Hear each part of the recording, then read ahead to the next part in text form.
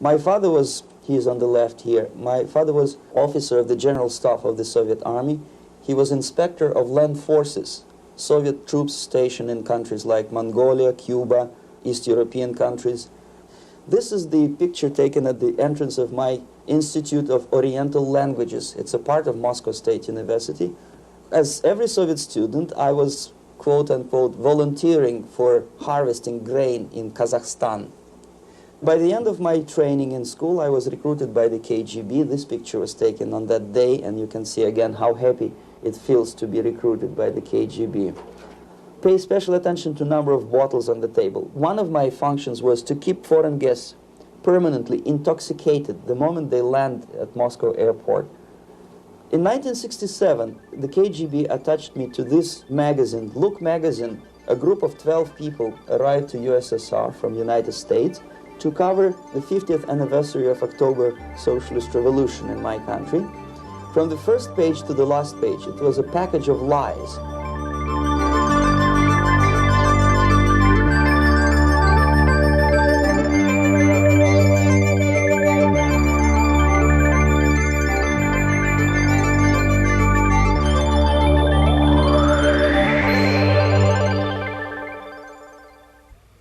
Our conversation is with Mr. Yuri Alexandrovich Bezmenov.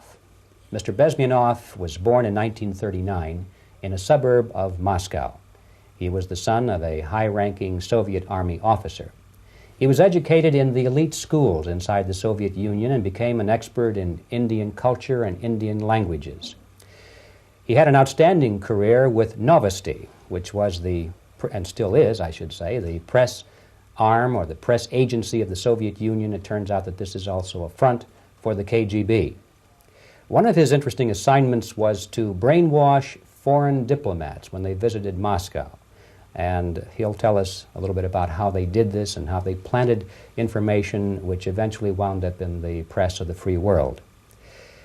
He escaped to the West in 1970 after becoming totally disgusted with the Soviet system, and he did this at great risk to his life.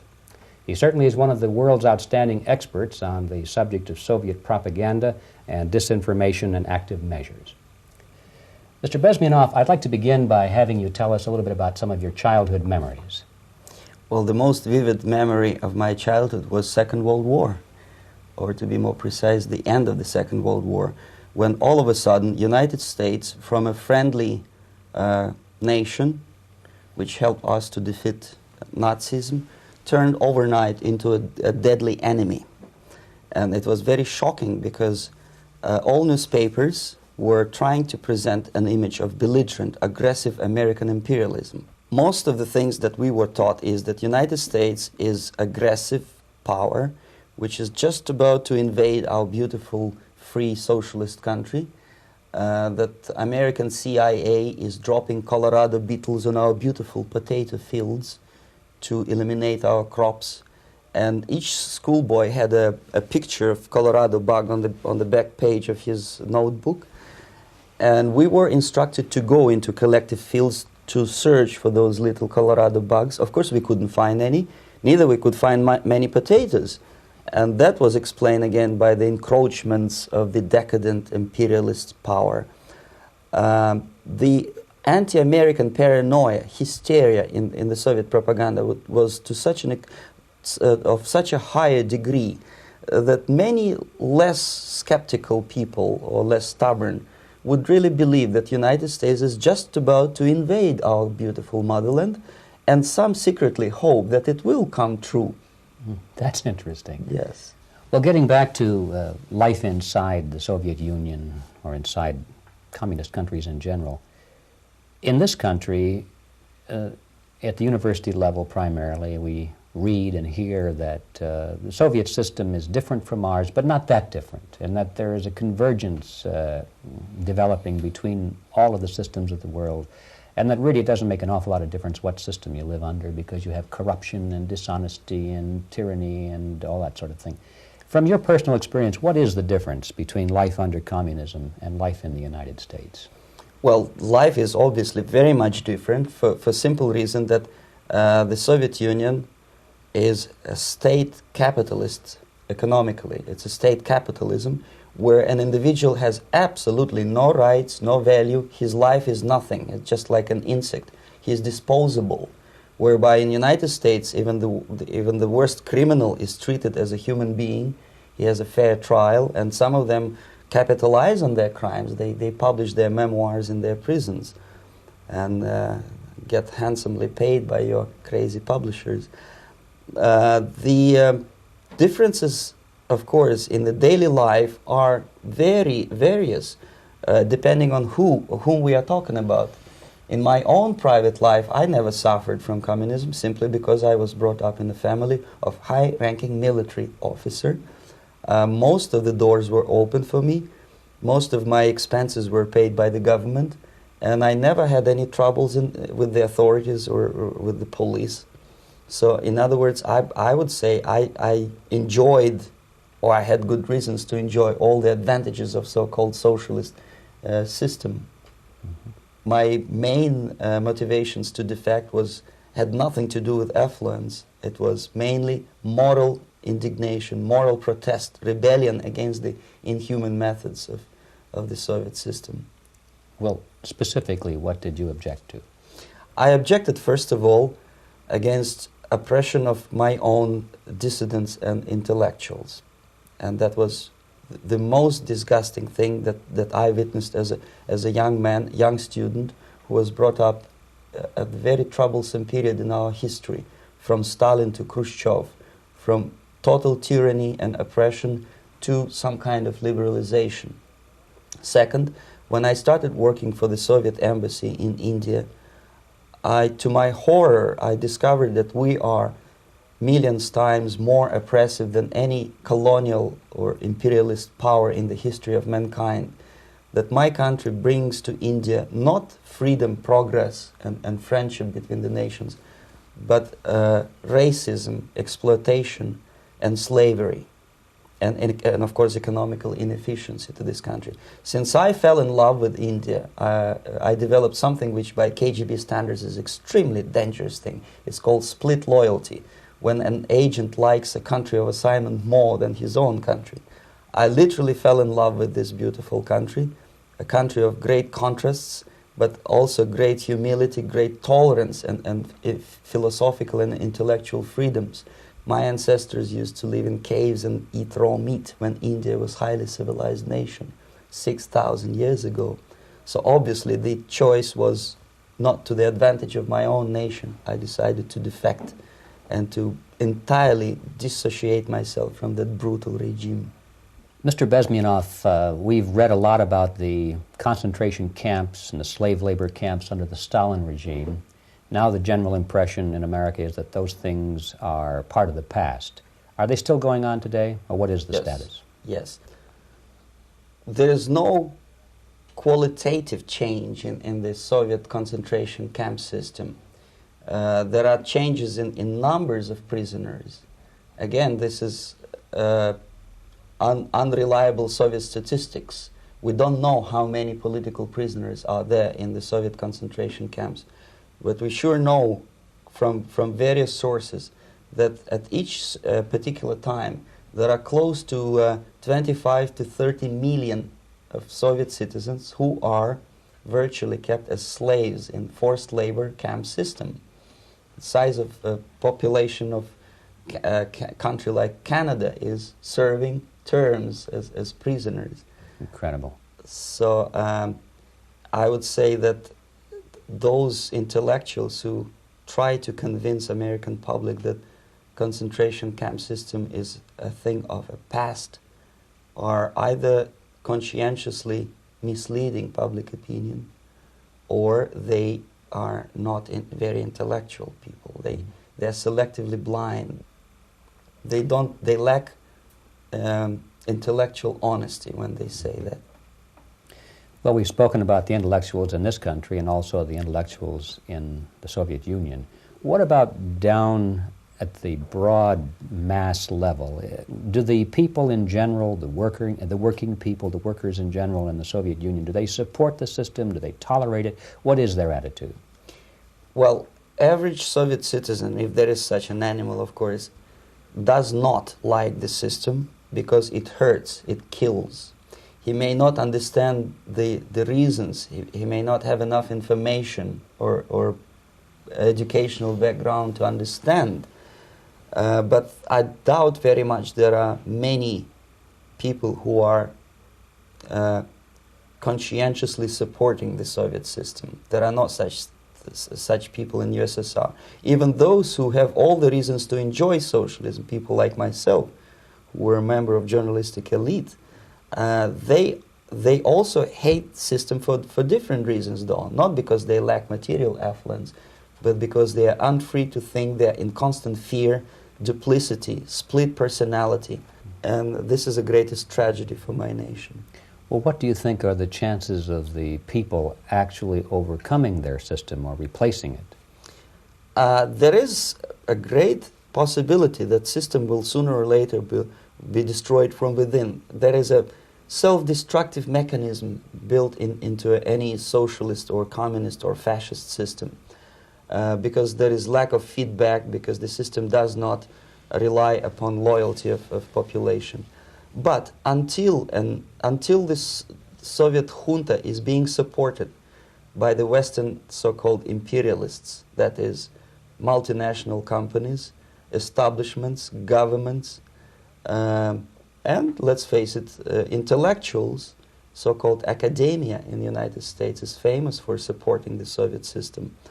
As long as the Soviet junta will keep on receiving credits, money, technology, grain deals, and political recognition from all these traitors of democracy or freedom, there is no hope, there is not much hope for changes in my country, and the system will not collapse by itself simply because it's being nourished by so-called American imperialism. This is the greatest paradox in history of mankind, when capitalist world supports and actively nourishes its own destructor. I think you're trying to tell us something. Oh, in yes. This country. Mm-hmm. I'm trying to tell you that it has to be stopped unless you want to end up in Gulag system and enjoy all the advantages of socialist equality. Working for free, catching fleas on your body, sleeping on the planks of plywood in Alaska this time, I guess. Mm-hmm. That's where Americans will belong, unless they will wake up, of course, and force their government to stop aiding Soviet fascism. Mm-hmm. Well, you told us a moment ago why you left the system. I'd like to hear the details of how you did it. It must have been a very dangerous thing. It was not so dangerous, it was crazy. First of all, because defecting in India is virtually impossible, thanks to very strong pressure from the Soviet government. Excuse me, you were in India on assignment at that time? Yes, I was working for the Soviet embassy in New Delhi as a press officer. Mm-hmm.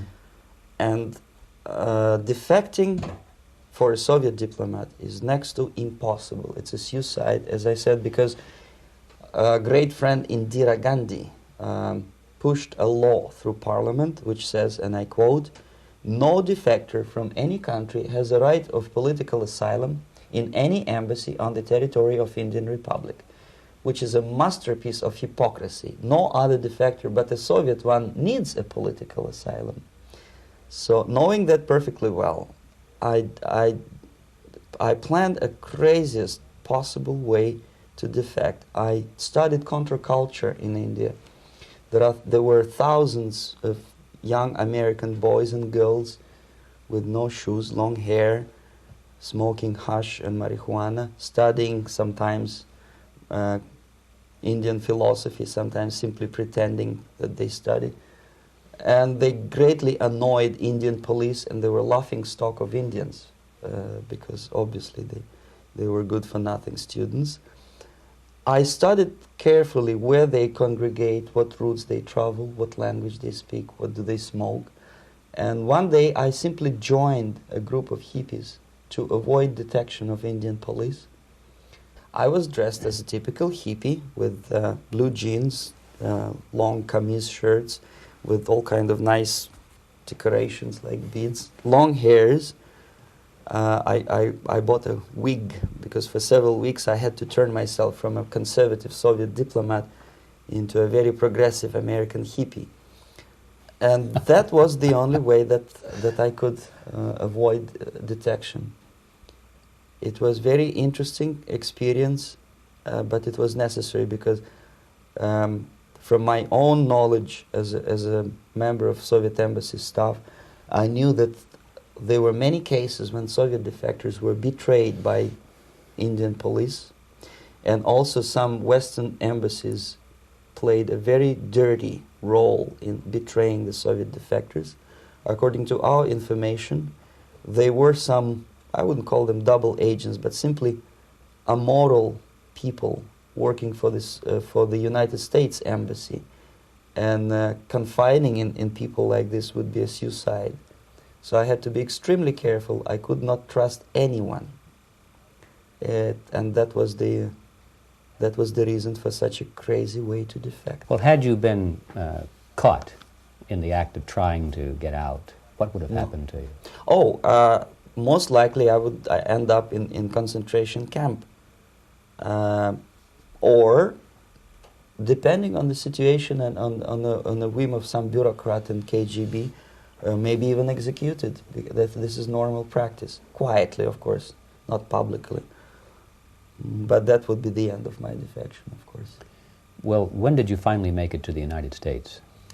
In 1970, after about 6 months of debriefing in Athens by the CIA, and I presume FBI too, they let me go first to Germany, then to Canada. That was my decision. I had to change my identity to protect my family and my friends in USSR. And also I was a little bit paranoid, knowing that both Soviet KGB and probably some double agents within the American system may be after me. So I wanted to settle down as far away as possible. I requested CIA to give me some kind of new identity and just let me go on my own. And I settled in Canada. I was a student. I changed many professions, from farm help and laundry truck driver to language instructor and broadcaster for Canadian Broadcasting Corporations in Montreal. Well, have you had any threats on your life or any Yes. unpleasant? In about 5 years, KGB eventually discovered that I am working for Canadian Broadcasting. I made a very big mistake. I started working for overseas service of CBC, which is similar to Voice of America, in Russian language. And of course, monitoring service in USSR picked up every new voice. Every new announcer they would make it a point to discover who he is. And in 5 years, sure enough, slowly but surely, they discovered that I am not Thomas Schumann, that I am Yuri Alexandrovich Bezmenov, and that I am working for Canadian Broadcasting, and undermining beautiful détente between Canada and USSR. And the Soviet ambassador Alexander Yakovlev made it his personal effort to discredit me. He complained to Pierre Trudeau, who is known to be a little bit soft on socialism. And the management of CBC behaved in a very strange, cowardly way, unbecoming to representatives of an independent country like Canada. They listened to every suggestion that Soviet ambassador gave, and they started shameful investigation, analyzing content of my broadcasts to USSR. And sure enough, they discovered that some of my statements were probably would be offending to the Soviet Politburo. So I had to leave my job. And of course, subtle intimidations. They would say something like, please cross the street carefully because, you know, traffic is very heavy in Quebec. And fortunately, I know about the psychology and the logic of activity of the KGB, and I never allowed myself to be intimidated.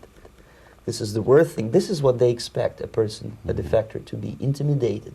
Once they spot that you are scared, they keep on developing that line, And then eventually you either have to give up entirely and work for them, or they neutralize you. They would definitely stop all kind of political activity, which they failed to do in my case, because I was stubbornly working for the Canadian Broadcasting. And in response to their intimidations, I said that, look, this is a free country, and I am as free as you are. And I also can drive very fast. And gun control is not yet established in Canada, so I had a couple of good shotguns in my basement. So welcome to visit me someday with your Kalashnikov's machine guns. So obviously it didn't work. Intimidation didn't work. So they tried different approach, as I described. They approached on the highest level, on the level of Canadian bureaucracy. And on that level they were on successful. that level they were successful. On individual level they failed flat.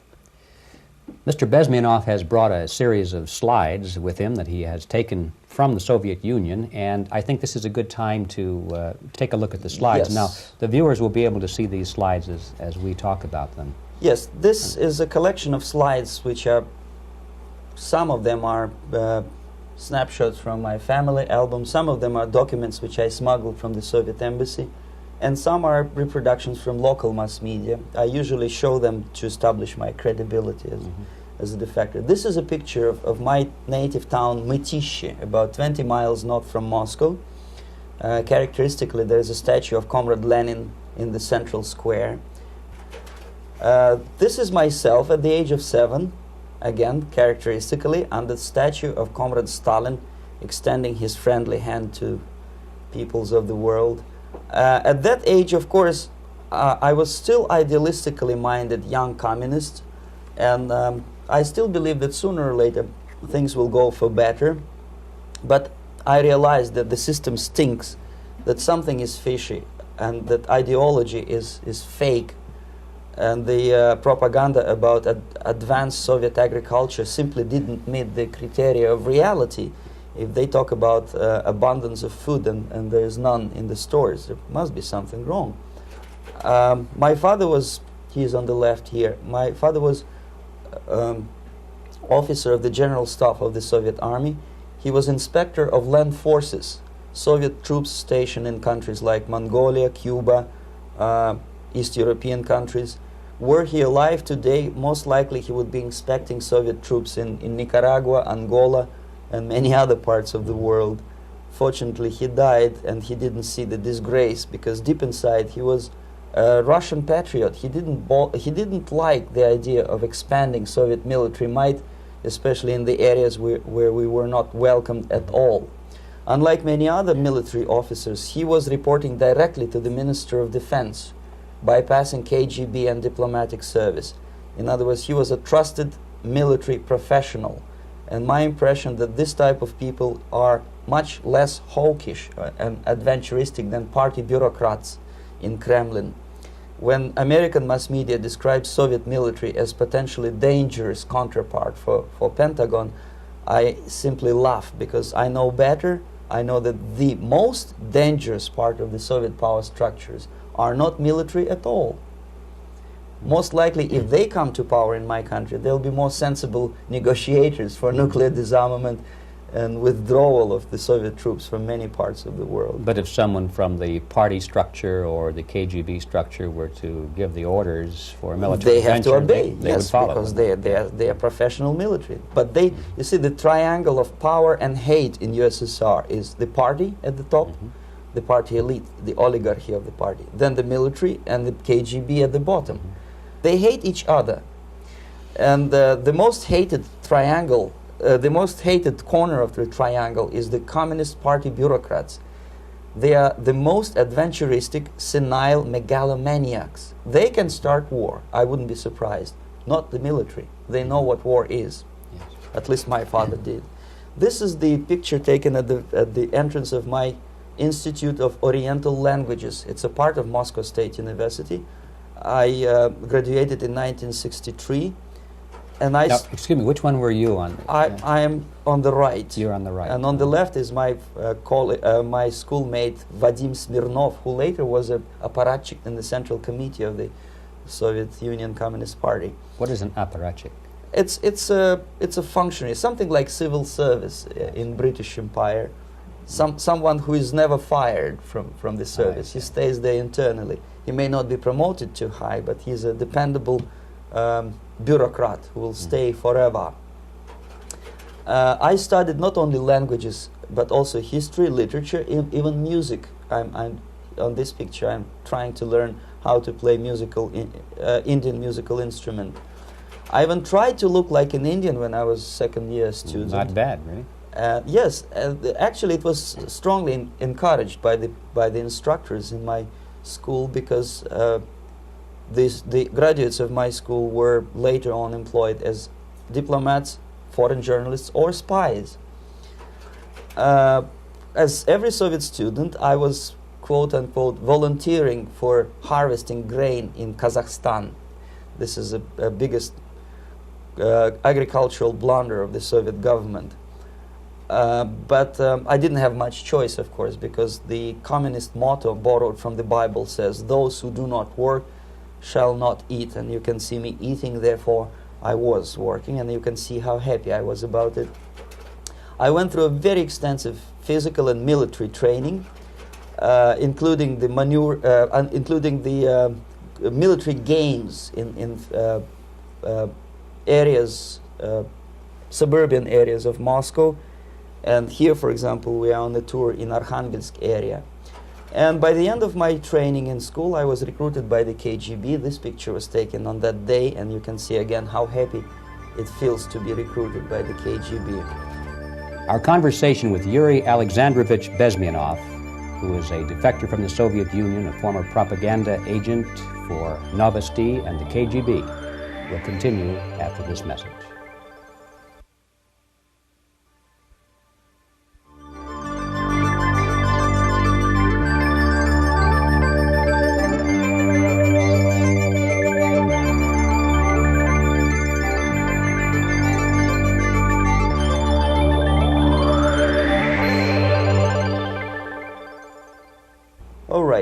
As every student in USSR, I went through very extensive physical and military training and civil defense training too. Unlike in United States, where civil defense is virtually non-existent, zero. In USSR, every student, whatever his major subject, has to go through very extensive 4-year military and civil defense training. You can see me here with a group of students during one of the war games near Moscow. The main idea, of course, is to prepare a huge reserve army of the USSR. Each student has to graduate as a junior lieutenant. In my case, it was administrative and military intelligence service. My first assignment was to India as a translator with the Soviet Economical Aid Group, building refinery complexes in Bihar state and Gujarat state. At that time, I was still naively, idealistically believing that what I was doing contributes to the understanding and cooperation between the nations. It took me quite a number of years to realize that what we were bringing to India was a new type of colonialism, 1,000 times more oppressive and exploitative than any colonialism or imperialism in history of mankind. But at that time, I was still hoping that, well, maybe it's not that bad, could be worse, and things may go for better. And I even tried to implement the beautiful Marxist motto, "Proletarians of all the countries unite." I tried to unite with a nice Indian girl, and I was fascinated by Indian culture, by the family life in this country. But obviously, Communist Party had different plans for my genes, so I had to marry this beautiful Russian girl. In the span of my career, I married 3 times. Most of these marriages were marriages of convenience, on advice from the Department of Personnel. This is normal practice in USSR. When a Soviet citizen is assigned to a foreign job, he has to be married, either to keep family in USSR as hostages, or, if it's a convenience marriage like mine, so that the husband and wife are virtually informers on each other to prevent defection or contamination by decadent imperialist or capitalist ideas. In my case, I hated that girl so much that the moment I landed in Moscow, we were divorced, and I married later, second time.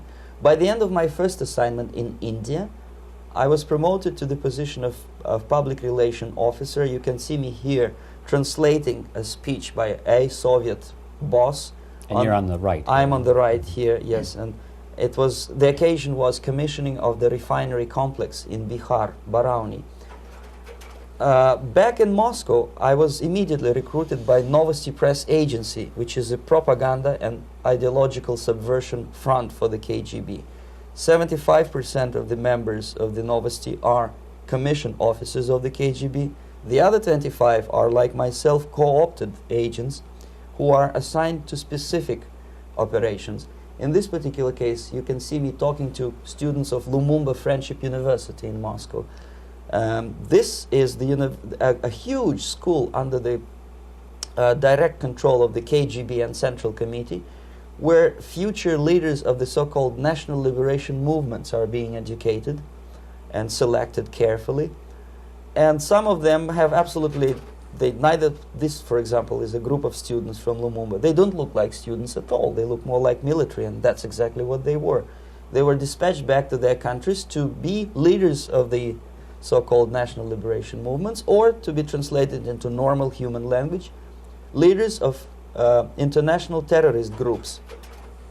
Another area of activity when I was working for the Novosti was to accompany groups of so-called progressive intellectuals, writers, journalists, publishers, teachers, professors of colleges. You can see me here in Kremlin. I'm second on the left, with a group of Pakistani and Indian intellectuals. Most of them pretended they don't understand that we are actually working on behalf of the Soviet government and the KGB. They pretended that they are actually being guests, VIP intellectuals, that they are treated according to their merits and their intellectual abilities. For us, they were just a bunch of political prostitutes to be taken advantage for various propaganda operations. Therefore, you can see perfectly well the senior colleague of mine on the left doesn't really have that much respect on his face, and myself with a very skeptical smile, typical KGB sarcastic smile, anticipating another victim of ideological brainwashing. This is how a typical conference in Novosti headquarters in Moscow looked like. Sitting in the middle is Boris Burkov, the then director of Novosti Press Agency, high-ranking party bureaucrat in the Department of Propaganda. I am standing next to a famous Indian poet, Sumitranandan Pant. He was famous because he was an author. He was the author of a famous poem titled Rhapsody to Lenin. That's why he was invited to USSR, and everything was paid by the Soviet government. Pay special attention to number of bottles on the table. This is one of the ways to kill the awareness or curiosity of foreign journalists.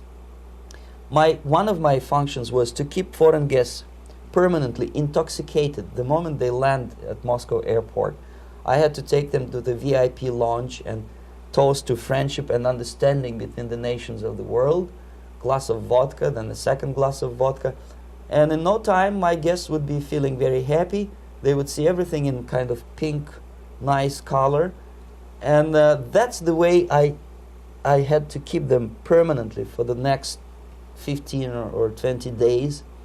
At certain point in time, I had to withdraw alcohol from them so that some of them who are the most recruitable would feel a little bit shaky, guilty, trying to remember what they were talking last night. That's the time to approach them with all kind of nonsense, such as joint communique or statement for Soviet propaganda. That's the time they are the most flexible. And of course, what they didn't understand, they didn't realize or pretended not to realize, that myself, who was drinking together with them, was not drinking at all. I had ways to get rid of alcohol through various techniques, including special pills which were given to me by my colleagues. But they were taking it seriously. In other words, they would consume quite large volumes of alcohol and feel quite uneasy next morning.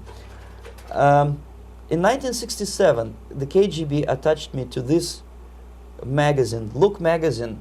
A group of 12 people arrived to USSR from United States to cover the 50th anniversary of October Socialist Revolution in my country. From the first page to the last page, it was a package of lies, propaganda cliché, which were presented to American readers as opinions and deductions of American journalists. Nothing could be far from truth. These were not opinions. They were not opinions at all. They were the clichés which the Soviet propaganda wants American public to think that they think. If it does make any sense at all. It sure does, because from the viewpoint of the Soviet propaganda, although there are some subtle criticism of the Soviet system, the basic message is that Russia today is a nice, functioning, efficient system supported by majority of population. That's the biggest lie. And of course, American intellectuals and journalists from Look magazine elaborated on that untruth in various different ways. They intellectualized that lie. They found all kinds of justifications for telling lies to American public. Excuse me, it was partly your job to make sure that they got these ideas, yes, and accepted them as their own ideas. Right. Actually, even before they arrived to USSR, and they paid astronomical sum of money for that visit, they were submitted, this Novosti Press agency developed so-called backgrounders, 20-25 pages of information and opinions which were presented to the journalists even before they bought their tickets to Moscow.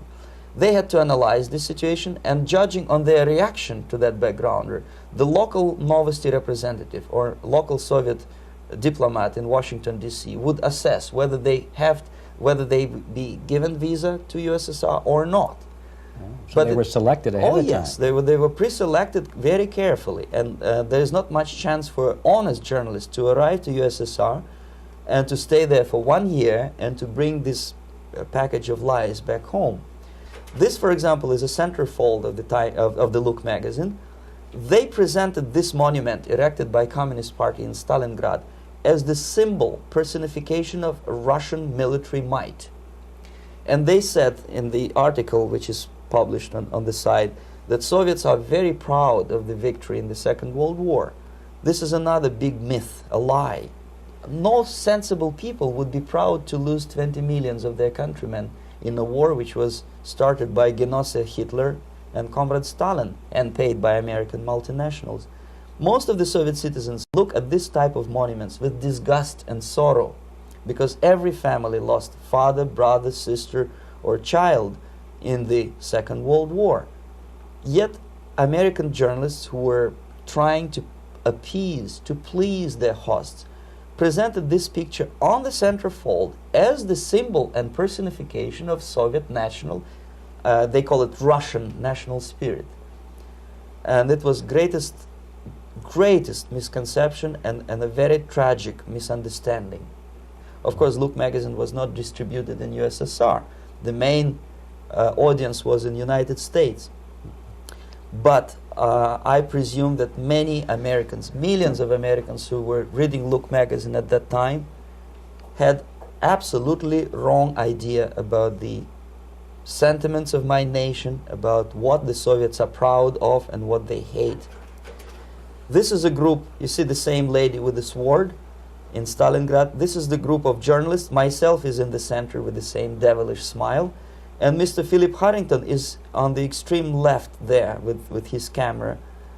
This is the gentleman which was so deaf or so uninterested in what I had to say to him. This is the same picture, a blow-up of the same picture. Many guests from various countries, in this particular case from Asia and Africa, were taken by me as a Novosti Press agency employee for a tour across Siberia, for example. We would show them typical kindergarten, you see, nothing special by American standards, just nice children sitting, eating their breakfast or lunch.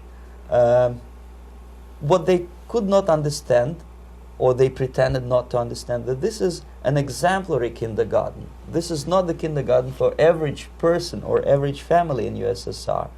And we maintain that illusion in their minds. You can see myself under the red spot in the middle there, with the same business-like expression. I'm doing my job. That's what I'm assigned to do, and that's what I was paid to do. But deep inside, I still hope that at least some of these useful idiots would understand that what they are looking at has nothing to do with the level of affluence in my nation. This is a better picture which reflects the true spirit of the Soviet childhood. This picture was printed in a Canadian government publication by mistake. In the middle, you can see children playing on a small courtyard, and the caption goes, "This is a typical kindergarten in Siberia." What these idiots didn't understand, that it is not kindergarten at all. It is a prison for children of political prisoners. But there was not a single mentioning that what they were visiting actually was an area of concentration camps. And the job of people like myself to help them to not to notice that they are actually talking to prisoners. Most of the children were dressed, especially on the occasion of the foreigners' visit. Of course, there were no corpses on the ground. There were no machine gun guards, and well, it looks not very pleasant, as you see. It looks dull, but obviously it does not create an impression that this is actually a prison. Well, did any of the journalists have the curiosity to ask about prisons and that kind of thing? Yes. They were in Siberia. This Yes. is what you associate. Yes, some of them asked questions, and naturally we would give them, for the stupid question, we give them stupid answer. No, there are no prisons in Siberia. No, most of the people who you see are free citizens of USSR. They are very happy to be here, and they are contributing to the glory of the socialist system. Some of them pretended that they believe what I was telling them, and most of them, we may discuss it later, what are the motivations of these people? Why would they stubbornly bring lies to their own population through their own mass media? I have various answers to this. There is not a single explanation. It's a complex of explanations. It's fear, pure biological fear. They understand that they are on the territory of an enemy state, a police state. And just to save their rotten skins and their miserable jobs, their affluence back home, they would prefer to tell a lie than to ask truthful questions and report truthful information. Second, most of these schmucks were afraid to lose their jobs, because obviously if you tell truth about my country, you will not last long as a correspondent of New York Times or Los Angeles Times. They will fire you. What kind of correspondent are you? You obviously cannot find common language with Russians if they kick you out in 24 hours. So just by trying to be conformist to their own editorial bosses, they tried not to offend the sentiments of the Soviet administrators and people like myself. Deep inside, I hope they would insult my or offend my sentiments. Obviously, they preferred not to. Another reason, I refuse to believe it, but obviously there is another reason. Obviously, it's a greed. These people earn a lot of money. When they come back to USA, they claim that they are experts on my country. They write books which sells in million copies, titled like Russians, The Truth About Russia. Most of it is lie about Russia. Yet they claim to be Sovietologists. They play back myth about my country, the propaganda cliches. Yet they stubbornly resist the word of truth. If a person like Solzhenitsyn is either defecting or kicked out of USSR, they try all their best to discredit him and to discourage him. I don't have much chance to appear on national network with a true story about my country. But a useful idiot like Hendrik Smith or Robert Kaiser, they are big heroes. They come back from USSR. They say, oh, we were talking to dissidents in Russia. Big deal. Soviet dissidents are chasing American correspondents in the streets, and they are cowardly escaping from these contacts.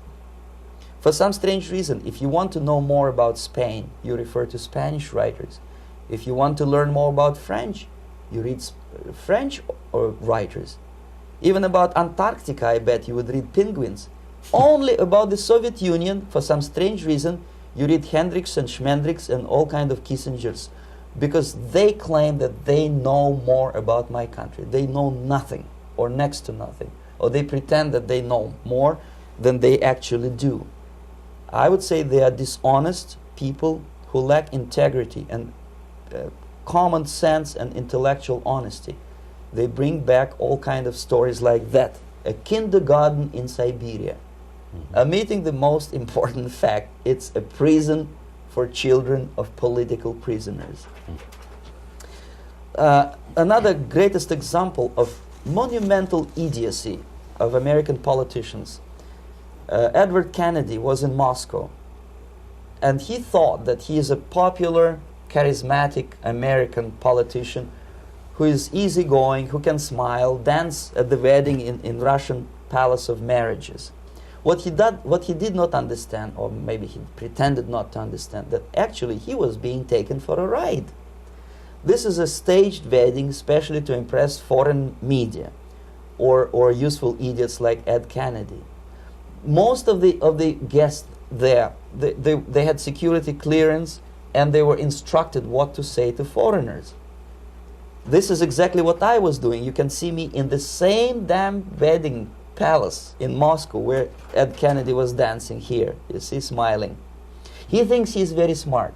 From the viewpoint of Russian citizens who observe this idiocy, he's narrow-minded, egocentrical idiot who tries to earn his own popularity through participation in propaganda farces like this. Here you can see myself. On the right, again, exemplary Soviet bride. On the left, 3 journalists from various countries, Asia, Africa, and Latin America. Obviously, they enjoying the situation. They will go back home and write the reports. We were present on a regular Soviet wedding. They were not present on a regular Soviet wedding. They were present, they were parts of a farce, of a circus performance. Another thing which I had to, sometimes risking my life, to explain to foreigners. Time magazine, for example, is very critical of South African racist regime.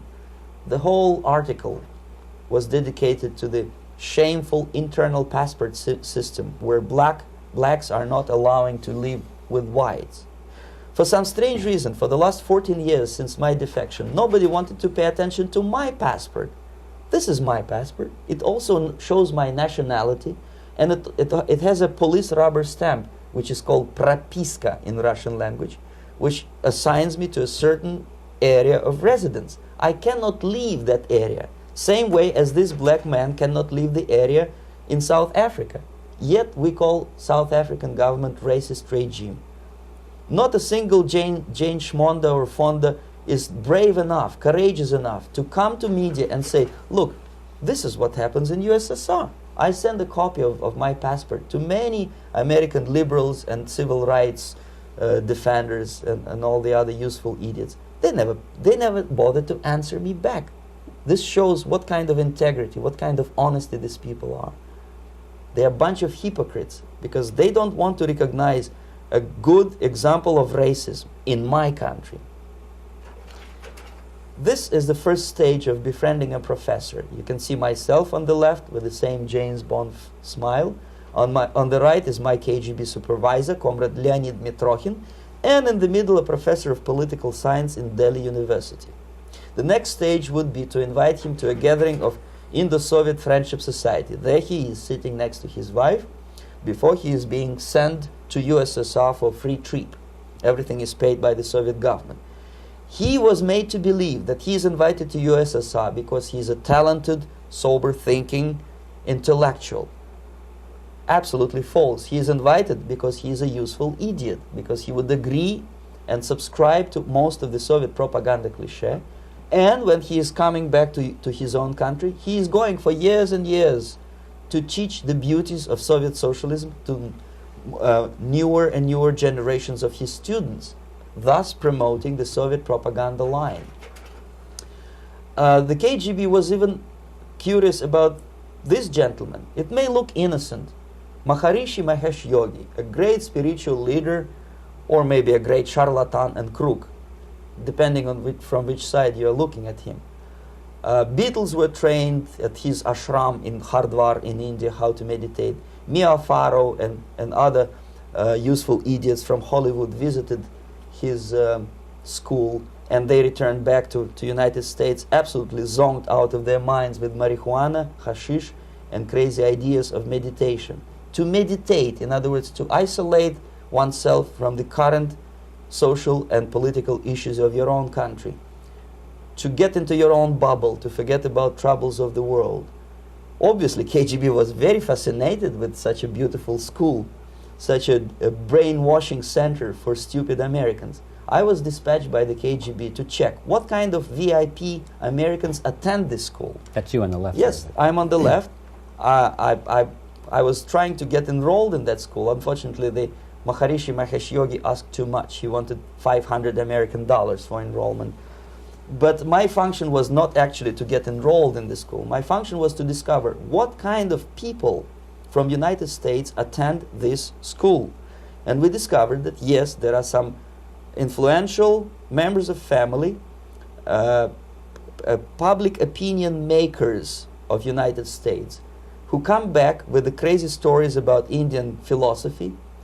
Indians themselves look upon them as idiots, useful idiots. To say nothing about KGB, who looked at them as extremely naive, misguided people. Obviously, a VIP, say a wife of a congressman or a prominent Hollywood personality, after being trained in that school, is much more instrumental in the hands of manipulators of public opinion and KGB than a normal person who understands, who looks through this type of fake religious training. Why would they be more susceptible to manipulation? I just mentioned that because, you see, a person who is too much involved in introspective meditation. You see, if you carefully look what Maharishi Mahesh Yogi is teaching to Americans, is that most of the problems, most of the burning issues of today can be solved simply by meditating. Don't rock the boat. Don't get involved. Just sit down, look at your navel and meditate. And the things, due to some strange logic, due to cosmic vibration, will settle down by themselves. This is exactly what the KGB and Marxist-Leninist propaganda wants from Americans, to distract their opinion, attention, and mental energy from real issues of United States into a non-issues, into a non-world, non-existent harmony. Obviously, it's more beneficial for the Soviet aggressors to have a bunch of duped Americans than Americans who are self-conscious, healthy, physically fit, and alert to the reality. Maharishi Mahesh Yogi obviously is not on the payroll of the KGB. But whether he knows it or not, he contributes greatly to demoralization of American society. And he's not the only one. There are hundreds of those gurus who come to your country to capitalize on naivete and stupidity of Americans. It's a fashion. It's a fashion to meditate. It's a fashion not to be involved. So obviously, you can see that if KGB were that curious, if they paid my trip to Hardwar, if they assigned me to that strange job, obviously they were very much fascinated. They were convinced that that type of brainwashing is very efficient and instrumental in demoralization of the United States. Our conversation with Yuri Alexandrovich Bezmenov, who is a defector from the Soviet Union, a former propaganda agent for Novosti and the KGB, will continue after this message.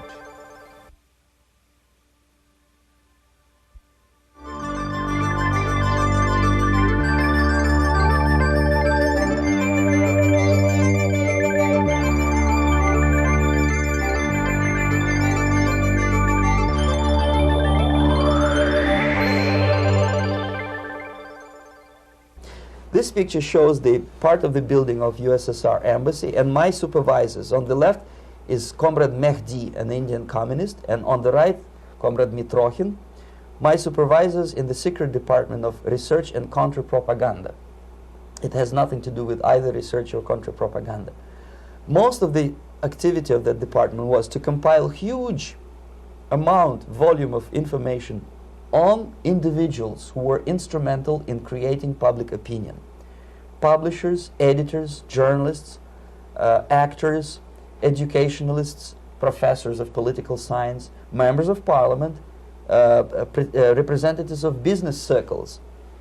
Most of these people were divided roughly in two groups. Those who would toe the Soviet foreign policy, they would be promoted to the positions of power through media and public opinion manipulation. Those who refused the Soviet influence in their own country would be character assassinated or executed physically come revolution.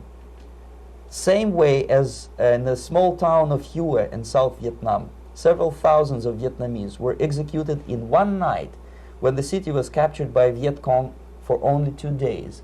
And American CIA could never figure out how could possibly communists know each individual, where he lives, where to get him, and would be arrested in one night, basically in some 4 hours before dawn, put on a van, taken out of the city limits and shot. The answer is very simple. Long before communists occupied the city, there was extensive network of informers, local Vietnamese citizens, who knew absolutely everything about people who are instrumental in public opinion, including barbers and taxi drivers. Everyone who was sympathetic to the United States was executed. Same thing was done under the guidance of the Soviet embassy in Hanoi, and same thing I was doing in New Delhi. To my horror, I discovered that in the files where people were doomed to execution, there were names of pro-Soviet journalists with whom I was personally friendly. Pro-Soviet? Yes. They were idealistically minded leftists who made several visits to USSR, and yet the KGB decided that come revolution or drastic changes in political structure of India, they will have to go. Why is that? Because they know too much. Simply because, you see, the useful idiots, the leftists who are idealistically believing in the beauty of Soviet socialist or communist or whatever system, when they get disillusioned, they become the worst enemies. That's why my KGB instructors specifically made a point, never bother with leftists. Forget about these political prostitutes. Aim higher. This was my instruction. Try to get into large circulation, established conservative media. Rich, filthy rich movie makers, intellectuals, so-called academic circles. Cynical, egocentric people who can look into your eyes with angelic expression and tell you a lie. These are the most recruitable people, people who lack moral principles, who are either too greedy or too suffer from self-importance. They feel that they matter a lot. These are the people who KGB wanted very much to recruit. But to eliminate the others, to execute the others, don't they serve some purpose? Wouldn't they be the ones they rely on? They serve purpose only at the stage of destabilization of a nation. For example, your leftists in United States, all these professors and all these beautiful civil rights defenders, they are instrumental in the process of the subversion only to destabilize the nation. When their job is completed, they are not needed anymore. They know too much. Some of them, when they get disillusioned, when they see that Marxist-Leninists come to power, obviously they get offended. They think that they will come to power. That will never happen, of course. They will be lined up against the wall and shot. But they may turn into the most bitter enemies of Marxist-Leninists when they come to power. And that's what happened in Nicaragua. You remember most of these former Marxist-Leninists were either put to prison or one of them split, and now he's working against Sandinistas. It happened in Grenada when Maurice Bishop was already a Marxist. He was executed by a new Marxist who was more Marxist than this Marxist. Same happened in Afghanistan when first there was Taraki, he was killed by Amin, then Amin was killed by Babrak Karmal with the help of KGB. Same happened in Bangladesh when Mujibur Rahman, very pro-Soviet leftist, was assassinated by his own Marxist-Leninist military comrades. It's the same pattern everywhere. The moment they serve their purpose, all the useful idiots are either be executed entirely, all the idealistically minded Marxists, or exiled, or put in prisons, like in Cuba. Many former Marxists are in Cuba, in prison. So most of the Indians who were cooperating with the Soviets, especially with our Department of Information of the USSR Embassy, were listed for execution. And when I discovered that fact, of course I was sick. I was mentally and physically sick. I thought that I'm going to explode one day during the briefing at the ambassador's office. I would stand up and say something that we are basically a bunch of murderers. That's what we are. It has nothing to do with friendship and understanding between the nation and blah, blah, blah. We are murderers. We behave as a bunch of thugs in a country which is hospitable to us, a country which with ancient traditions. But I did not defect. I tried to get the message across. To my horror, nobody wanted even to listen, least of all to believe what I had to say. And I tried all kinds of tricks. I would leak information through letters or lost documents or something like that. And still I got no message. The message was not published, even in the conservative mass media of India. The immediate impulse to defect was Bangladesh crisis, which was described by American correspondents as Islamic grassroots revolution, which is absolute baloney. There was nothing to do with Islam, and there was no grassroots revolution. Actually, there are no grassroots revolutions, period. Any revolution is a byproduct of a highly organized group of conscientious and professional organizers, but has nothing to do with grassroots. In Bangladesh, it was nothing with grassroots. Most of the Awami League party members, Awami League means People's Party, were trained in Moscow in the High Party School. Most of the Mukti Fauj leaders, Mukti Fauj in Bengali means People's Army, same as SWAPO and all kind of liberation armies all over the world, the same bunch of useful idiots. They were trained at Lumumba University and various centers of the KGB in Simferopol, in Crimea, and in Tashkent.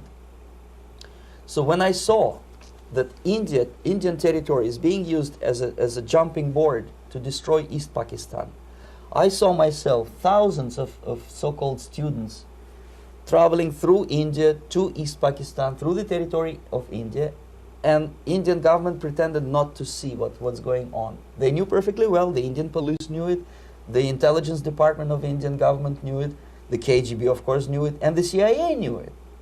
That was most infuriating, because when I defected and I explained to the CIA debriefers they should watch out because East Pakistan is going to erupt any moment, they said I was reading too many James Bond novels.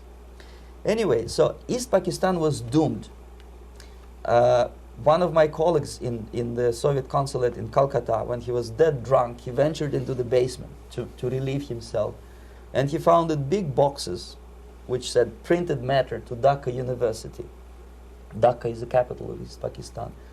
And since he was drunk and curious, he opened one of the boxes and he discovered not printed matter. He discovered Kalashnikov guns and ammunition in there.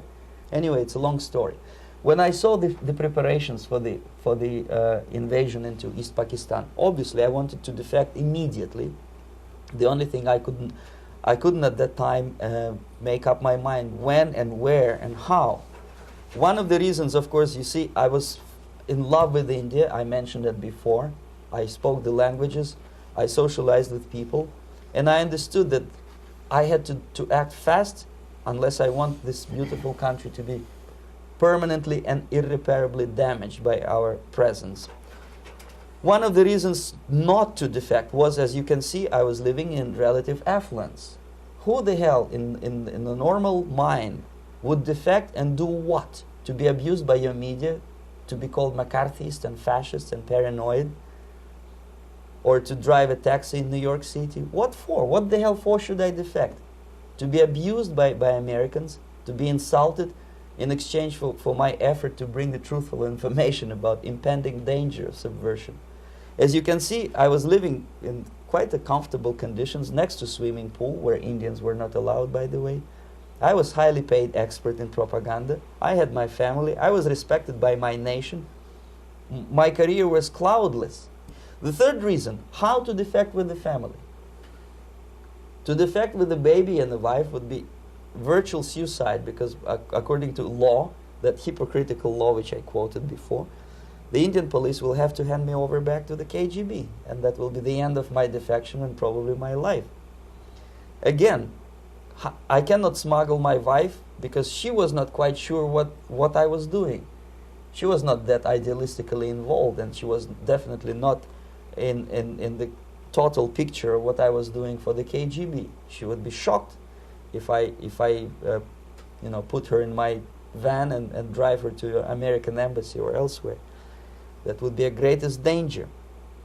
So again, I had to defect in such a way that my defection would look as simple disappearance. And there were many cases like that when the Soviet agents simply disappeared, either killed in action or, thanks to their curiosity and their close contacts with radicals, some of them were killed by the Marxists, by the way. It happened in many African countries when the Soviet KGB were killed by Africans themselves. Not because they hated Marxism-Leninism, but because they were simply trigger-happy bunch of unruly characters. If you give them a machine gun, they will shoot. And some of the Soviets obviously were not careful enough to protect themselves, and they got into embarrassing situations when they were shot at the crossfire between factions of so-called liberation movements. Anyway, so I decided, as I said, to study the counterculture. I decided this probably would be the best way to disappear. I socialized with characters like this. On the left, you see, he's a barefoot American hippie. It took me quite a long time to study exactly what they were doing and how to mix with them. But eventually I did it. Most of Indian newspapers carried my picture and promise of 2,000 rupees for information about my whereabouts. But they were looking for the wrong person, because they obviously tried to stop a young Soviet diplomat in white shirt and tie, and this is how I looked at the time of defection. Nobody could possibly think that a Soviet diplomat would be as crazy as to join a bunch of hippies. That's you. Yes, travel India and smoke hash. So I made it literally almost like a Hollywood-style detective story. From under the nose of the KGB in Bombay airport, I landed the plane and I flew to Greece, where I was debriefed by the CIA. That's basically that's all for my slides. We can turn off the projector, and that's very interesting. Well, you spoke several times before about ideological subversion. That is a phrase that I'm afraid some Americans don't fully understand. When the Soviets use the phrase ideological subversion, what do they mean by it? Ideological subversion is the process which is legitimate, overt, and open. You can see it with your own eyes. All you have to do, all American mass media has to do, is to unplug their bananas from their ears, open up their eyes, and they can see it. There is no mystery. There is nothing to do with espionage. I know that espionage intelligence gathering looks more romantic. It sells more deodorants through the advertising, probably. That's why your Hollywood producers are so crazy about James Bond type of thrillers. But in reality, the main emphasis of the KGB is not in the area of intelligence at all. According to my opinion and opinion of many defectors of my caliber, only about 15% of time, money, and manpower is spent on espionage as such. The other 85% is a slow process which we call either ideological subversion or active measures, активные мероприятия in the language of the KGB, or psychological warfare. What it basically means is to change the perception of reality of every American to such an extent that despite of the abundance of information, no one is able to come to sensible conclusions in the interests of defending themselves, their families, their community, and their country. It's a great brainwashing process which goes very slow, and it's divided in 4 basic stages. The first one being demoralization. It takes from 15 to 20 years to demoralize a nation. Why that many years? Because this is the minimum number of years which requires to educate one generation of students in the country of your enemy, exposed to the ideology of the enemy. In other words, Marxism-Leninism ideology is being pumped into the soft heads of at least 3 generations of American students without being challenged or counterbalanced by the basic values of Americanism, American patriotism. The result you can see. Most of the people who graduated in the 60s, dropouts or half-baked intellectuals, are now occupying the positions of power in the government, civil service, business, mass media, educational system. You are stuck with them. You cannot get rid of them. They are contaminated. They are programmed to think and react to certain stimuli in a certain pattern. You cannot change their mind, even if you expose them to authentic information, even if you prove that white is white and black is black. You still cannot change the basic perception and the logic of behavior. In other words, these people, the process of demoralization is complete and irreversible. To get rid society of these people, you need another 20 or 15 years to educate a new generation of patriotically minded and common sense people who would be acting in favor and in the interests of the United States society. And yet these people who've been programmed and, as you say, in place and Yes. who are favorable to an opening with the Soviet concept, these are the very people who would be marked for extermination in this country? Most of them, yes. Simply because the psychological shock when they will see in future what the beautiful society of equality and social justice means in practice, obviously they will revolt. They will be very unhappy, frustrated people. And the Marxist-Leninist regime does not tolerate these people. They will join the links of dissenters, dissidents. Yes. Unlike in present United States, there will be no place for dissent in future Marxist-Leninist America. Here you can get popular like Daniel Ellsberg and filthy rich like Jane Fonda for being dissident, for criticizing your Pentagon. In future, these people will be simply squashed like cockroaches. Nobody is going to pay them nothing for their beautiful, noble ideas of equality. This they don't understand, and it will be a greatest shock for them, of course. The demoralization process in the United States is basically completed already. For the last 25 years, actually it's overfulfilled, because demoralization now reaches such areas where previously not even Comrade Andropov and all his experts would even dream of such a tremendous success. Most of it is done by Americans to Americans, thanks to lack of moral standards. As I mentioned before, exposure to true information does not matter anymore. A person who was demoralized is unable to assess true information. The facts tell nothing to him. Even if I shower him with information, with authentic proof, with documents, with pictures, even if I take him by force to the Soviet Union and show him concentration camp, he will refuse to believe it until he is going to receive a kick in his fat bottom. When a military boot crashes his balls, then he will understand, but not before that. That's the tragic of the situation of demoralization. So basically America is stuck with demoralization, and unless, even if you start right now, here, this minute, you start educating new generation of Americans, it will still take you 15 to 20 years to turn the tide of ideological perception of reality back to normalcy and patriotism. The next stage is destabilization. This time, subverter does not care about your ideas and the patterns of your consumption. Whether you eat junk food and get fat and flabby, doesn't matter anymore. This time, and it takes only from 2 to 5 years to destabilize a nation, what matters is essentials: economy, foreign relations, defense systems. And you can see it quite clearly that in some areas, in such sensitive areas as defense and economy, the influence of Marxist-Leninist ideas in the United States is absolutely fantastic. I could never believe it 14 years ago when I landed in this part of the world, that the process will go that fast. The next stage, of course, is crisis. It may take only up to 6 weeks to bring a country to the verge of crisis. You can see it in Central America now. And after crisis, with a violent change of power, structure, and economy, you have so-called the period of normalization. It may last indefinitely. Normalization is a cynical expression borrowed from Soviet propaganda. When the Soviet tanks moved into Czechoslovakia in '68, Comrade Brezhnev said, "Now the situation in brotherly Czechoslovakia is normalized."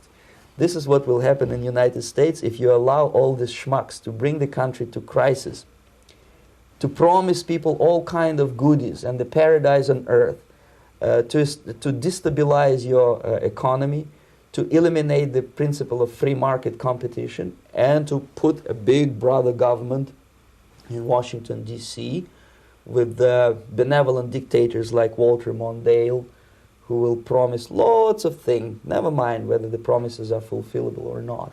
He will go to Moscow to kiss the bottoms of new generation of Soviet assassins, never mind. He will create false illusions that the situation is under control. Situation is not under control. Situation is disgustingly out of control. Most of the American politicians, media, and educational system trains another generation of people who think they are living at a peacetime. False. United States is in the state of war, undeclared total war against the basic principles and the foundations of this system. And the initiator of this war is not Comrade Andropov, of course. It's the system.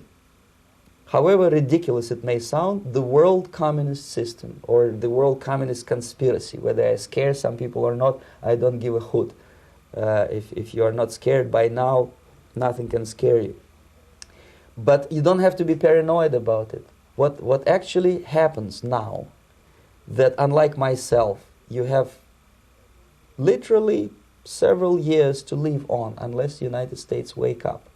The time bomb is ticking. With every second, the disaster is coming closer and closer. Unlike myself, you will have nowhere to defect to, unless you want to live in Antarctica with penguins. This is it. This is the last country of freedom and possibility. Okay, so what do we do? What is your recommendation to the American people? Well, the immediate thing that comes to my mind is, of course, there must be a very strong national effort to educate people in the spirit of real patriotism, number one. Number two, to explain them the real danger of socialist, communist, whatever, welfare state, big brother government. If people will fail to grasp the impending danger of that development, nothing ever can help United States. You may kiss goodbye to your freedom, including freedoms to homosexuals, to prison inmate. All this freedom will vanish, evaporate in 5 seconds, including your precious lives. The second thing, the moment at least part of United States population is convinced that the danger is real, they have to force their government. And I'm not talking about sending letters, signing petitions, and all this beautiful, noble activity. I'm talking about forcing United States government to stop aiding communism. Because there is no other problem more burning and urgent than to stop the Soviet military-industrial complex from destroying whatever is left of the free world. And it is very easy to do. No credits, no technology, no money, no political or diplomatic recognition, and of course no such idiocy as grain deals to USSR. The Soviet people, 270 millions of Soviets, will be eternally thankful to you if you stop aiding a bunch of murderers who sit now in Kremlin and whom President Reagan respectfully calls government. They do not govern anything, least of all such complexity as the Soviet economy. So basic, two very simple, maybe too simplistic answers or solutions, but nevertheless they are the only solutions. Educate yourself, understand what's going on around you. You are not living at the time of peace. You are in a state of war. And you have precious little time to save yourself. You don't have much time, especially if you are talking about young generation. There's not much time left for convulsions and sexual masturbation to the beautiful disco music. Very soon it will go, just overnight. If we are talking about capitalists or wealthy businessmen, I think they are selling the rope on which they will hang very soon. If they don't stop, if they cannot curb their unsettled desire for profit, and if they keep on trading with the monster of the Soviet communism, they are going to hang very soon. And they will pray to be killed, but unfortunately they will be sent to Alaska probably to manage industry of slaves. It's simplistic. I know it sounds unpleasant. I know Americans don't like to listen to things which are unpleasant. But I have defected not to tell you the stories about such idiocy as microfilm, James Bond type espionage. This is garbage. You don't need any espionage anymore. I have come to talk about survival. It's a question of survival of this system. You may ask me, what is it in for me? Survival, obviously, because unlike, as I said, I am now in your boat. If we sing together, we'll sing beautifully together. There is no other place on this planet to defect to.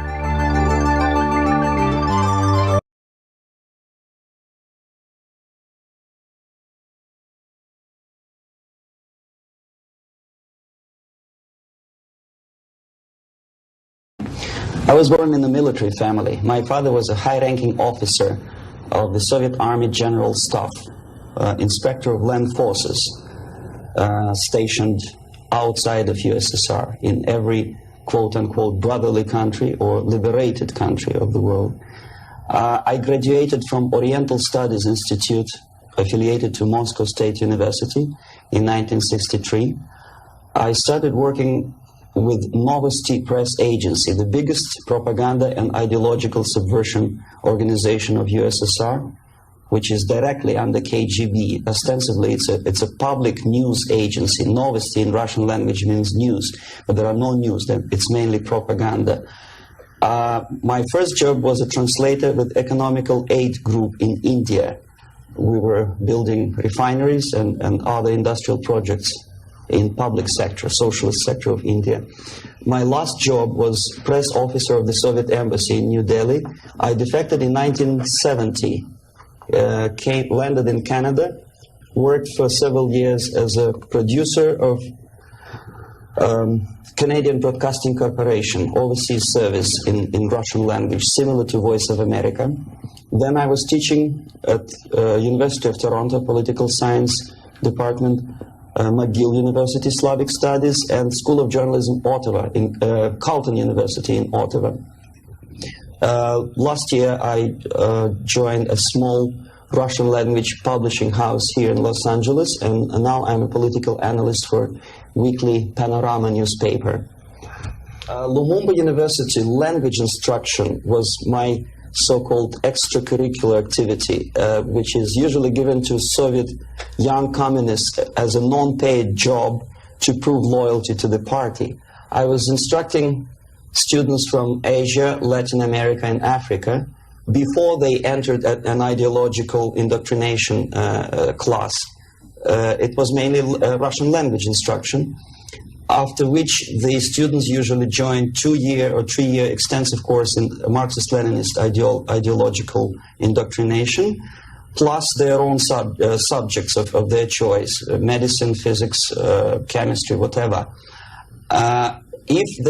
If after 5 or 6 years studying, they are proven to be, well, flexible, loyal, cynical enough to follow the Soviet foreign policy, they are being transferred to a KGB school for a period of 2 years, after which they are being dispatched back to their native countries and become so-called sleepers. The word originated from sleeping. For several years, they sleep in their own countries doing nothing. Sometimes they're pursuing their own careers, become lawyers, doctors, teachers, taxi drivers, barbers, and they spring into action after many years of destabilization of their own countries as Soviet agents. Therefore, all of a sudden you discover well-established lawyers in a country like Nicaragua who are, for some strange reason, are bitterly against quote-unquote American imperialism and idealistically for Soviet Marxist-Leninist imperialism. I joined Novosti Press Agency before I graduated from the Oriental Studies Institute, where I studied Hindi and Urdu, two languages of Indian subcontinent. Urdu is the language of Pakistan and Hindi is the language of India.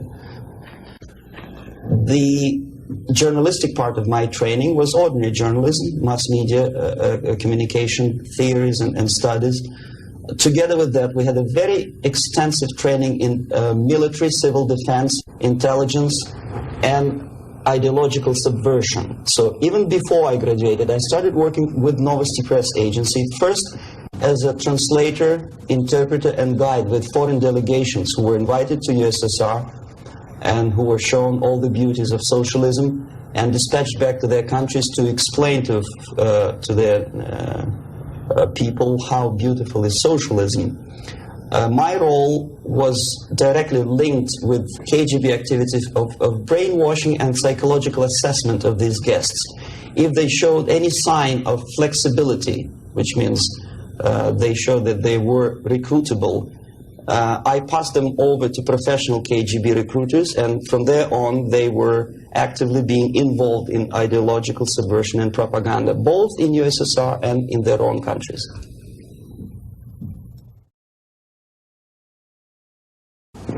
Well, decision of course was very painful and difficult. But on the other hand, I didn't have any illusions or allusions about the Soviet system and communist or socialist system. It's the most rotten and unworking system in the world. Some people call it state capitalism, socialism, centralized planning, whatever. It doesn't really matter what kind of name you attach to the system. Basically, if you're a religious person, it's a devilish, satanistic system which appeals only to the most primitive, negative side of human nature. The basis of that system is denial of private property, human dignity, and personal responsibility, and of course any religious affiliation of a human being to God as a supreme being. My dissatisfaction, disillusionment, if you can call it, because I never was illusioned with the communism, started as early as from age 6, I guess. The first shock was after the Second World War, when most of the children of my age understood that United States is the friend with whom together Soviet people defeated Nazism, German fascism, all of a sudden turned into an enemy. And all of a sudden the propaganda turned 180 degrees around, and we were brainwashed in the spirit of hatred to everything which is American. But how could you explain to a child of 6 years old who owes his survival to American spam, condensed milk, egg powder, and things which you probably people never remember because nobody eats them these days, spam meat, you know what I'm talking about?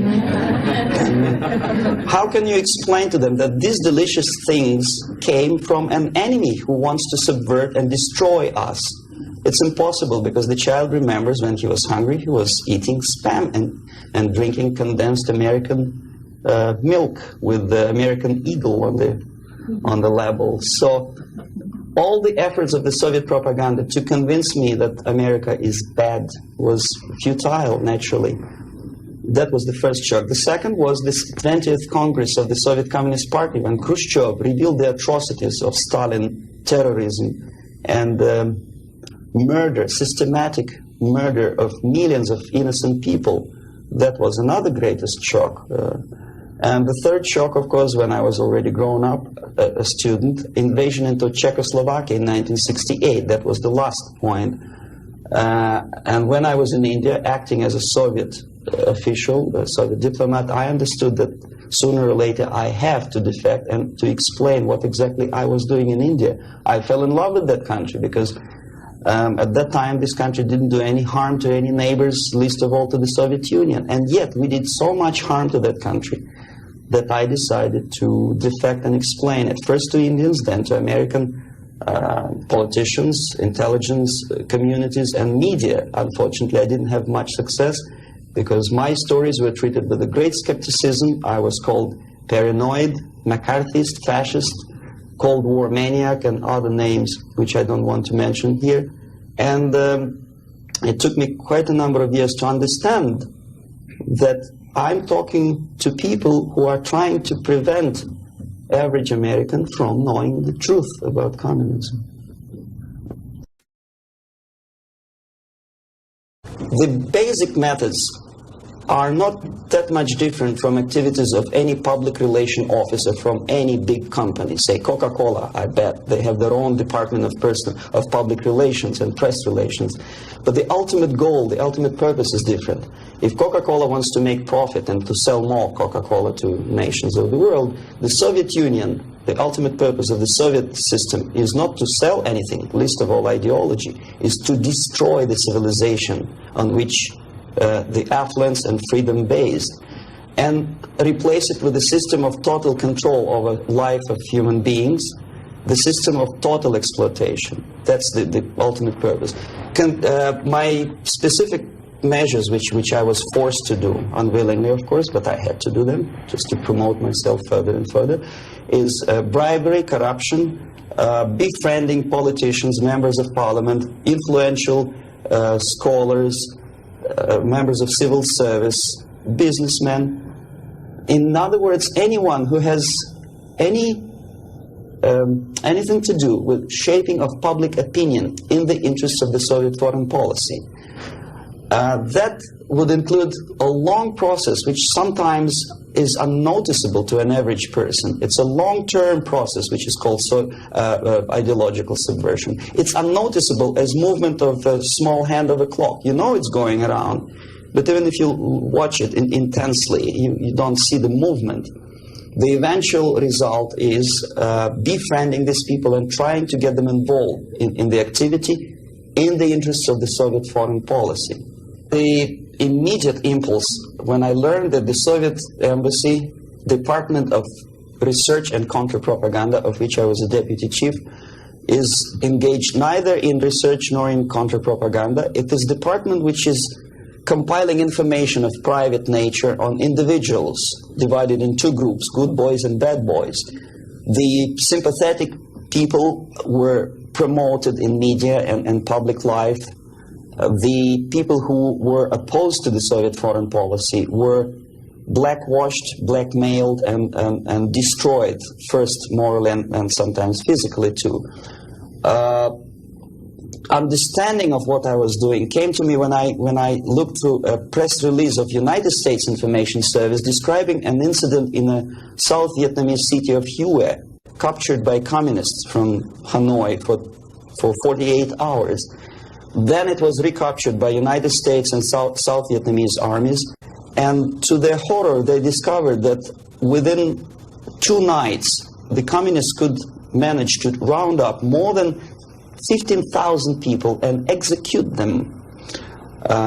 Most of these people were either sympathetic to United States or to the Western culture, or directly involved in activities supporting United States President in South Vietnam, agents of CIA naturally, even barbers because they know too much. They were executed, and United States intelligence couldn't figure out how could they possibly do it in such short period of time. Later on they discovered, they found out from several defectors that long before communists occupied that city, there was an extensive omnipresent network of informers who knew exactly the addresses, the names, the whereabouts of each individual who was later executed. When I turned to my own files, I discovered that basically that information exists in my department. So it doesn't take much intelligence to understand what I was doing in India. I was compiling information. Comes revolution, these people would be executed. Indirectly, I was involved in a criminal activity, in mass murder. I decided to defect and explain it to Americans, and the response I already described. I was called a paranoid. But I decided to defect and try nevertheless. This is another long story. It's virtually impossible to defect in India simply because Indian government, under pressure from the Soviet government, if you can call them government, I don't call them government, I call them junta. They adopted a law as early as in 61 or 62, after Stalin's daughter defection especially. That law states that no embassy, no foreign legation on the territory of Indian Republic has a right to extend political asylum to any defector from any country, which is it's a masterpiece of hypocrisy. No other defector but a Soviet one needs a political asylum. If you are a Canadian or American, if you want to be nasty to your own government, the maximum you can do is just to pick up a phone and make a dirty phone call to your ambassador. Buy yourself a ticket and get lost. What happens to a Soviet defector under that law? If I knock a door of United States Embassy, by that law, the American diplomats have to turn me back to the Indian police, and Indian police takes me directly back to the Soviet embassy, and that's the end of my defection. So knowing that perfectly well and having contacts both with Indian police and American media corps, I understood that the only way for me was to disappear for a while, and the best way I discovered was to mix with a group of hippies. Mind you, that was the time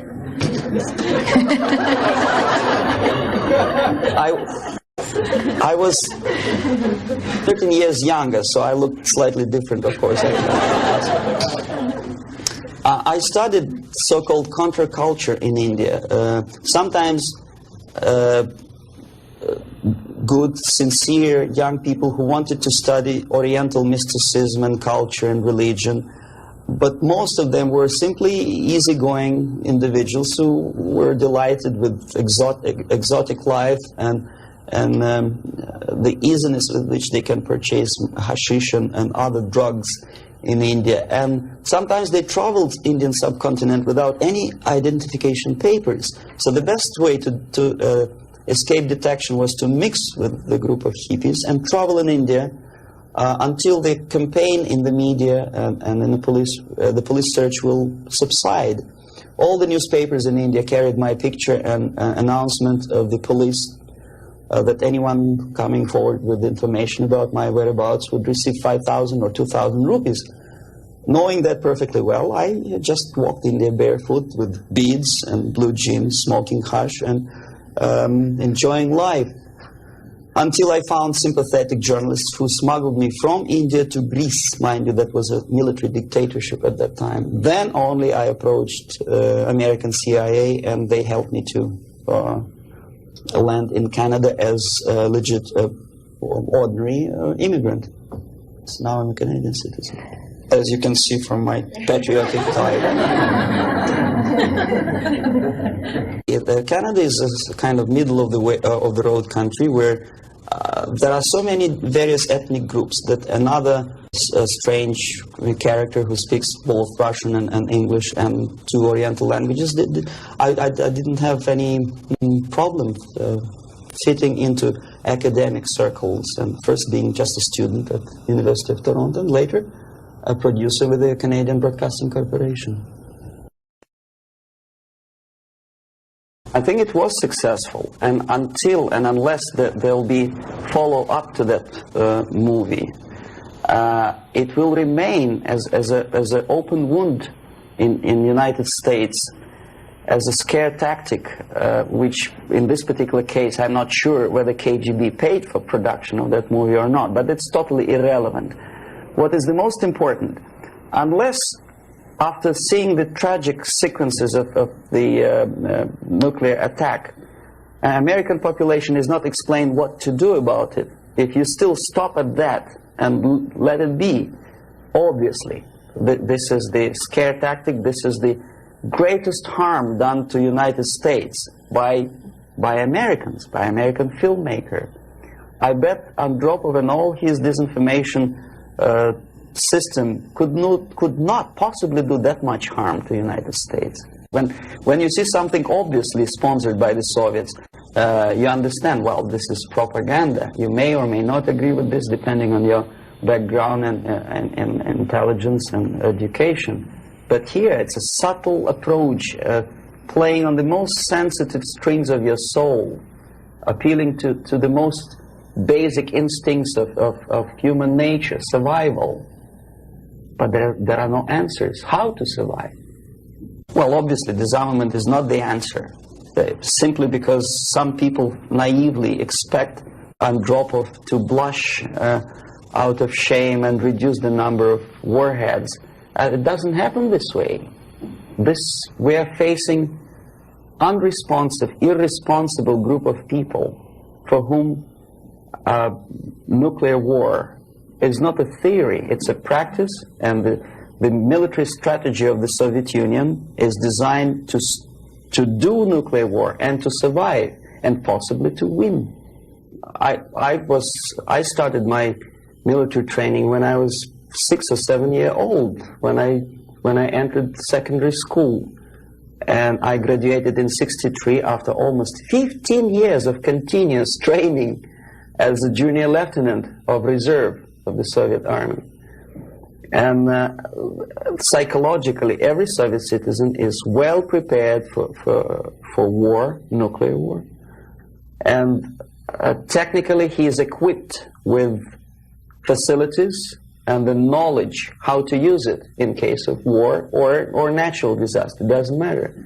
Survival tactics and survival methods are taught extensively in various manners. They are exposed to documentary movies about nuclear war. They know the technical data of radiation or contamination of air and land. They know the organizational patterns of civil defense to such an extent that even if there is no nuclear attack, even if there's a conventional warfare, each individual at a certain time knows exactly where to go, what to do, where is the shelter, whom to call by telephone, which is not the case, unfortunately, in the United States. I think if a bomb, ordinary bomb, maybe a stink bomb is dropped in the middle of Los Angeles, most of the people will not die of atomic radiation. They will die of panic. They will run, and the traffic jams and the panic will kill more people than anything else. And where do they go? Is there any literature about how to protect an individual? Is the medical first aid treatment? It's not taught to kids in American colleges, unfortunately. For example, there's obvious tension in the world. Television newscasts inform American family about happenings in East and West Germany. And only at the last moment they decide to bring the canned food down to the basement. It's sheer idiocy. Why not to have them in the basement at peacetime? Number two, there's very realistic picture of what happens when the first nuclear bomb strikes a big city, Kansas City, I think. And people start, a big panoramic picture shows almost an anthill when people are disoriented totally. That would produce love in Russia, because unlike that, Soviets know exactly what to do. There'll be much less panic, if at all.